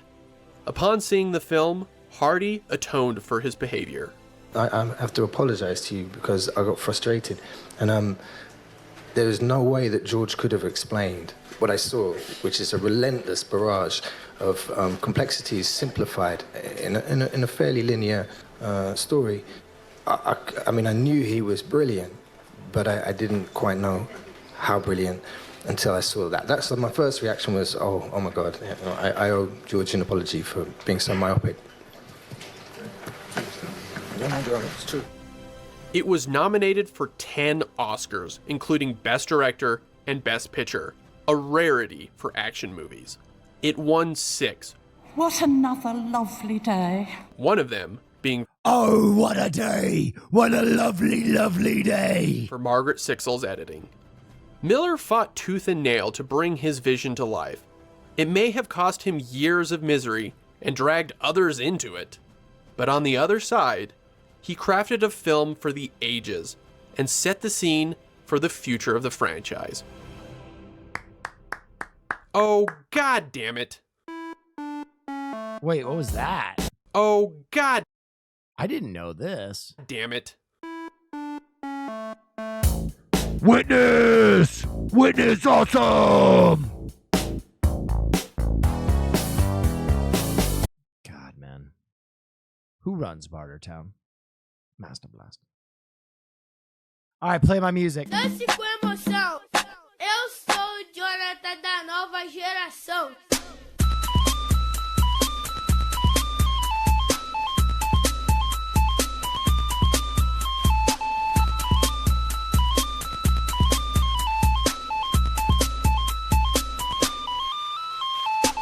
All right. Ladies and gentlemen, we've been reacting for 3.5 hours.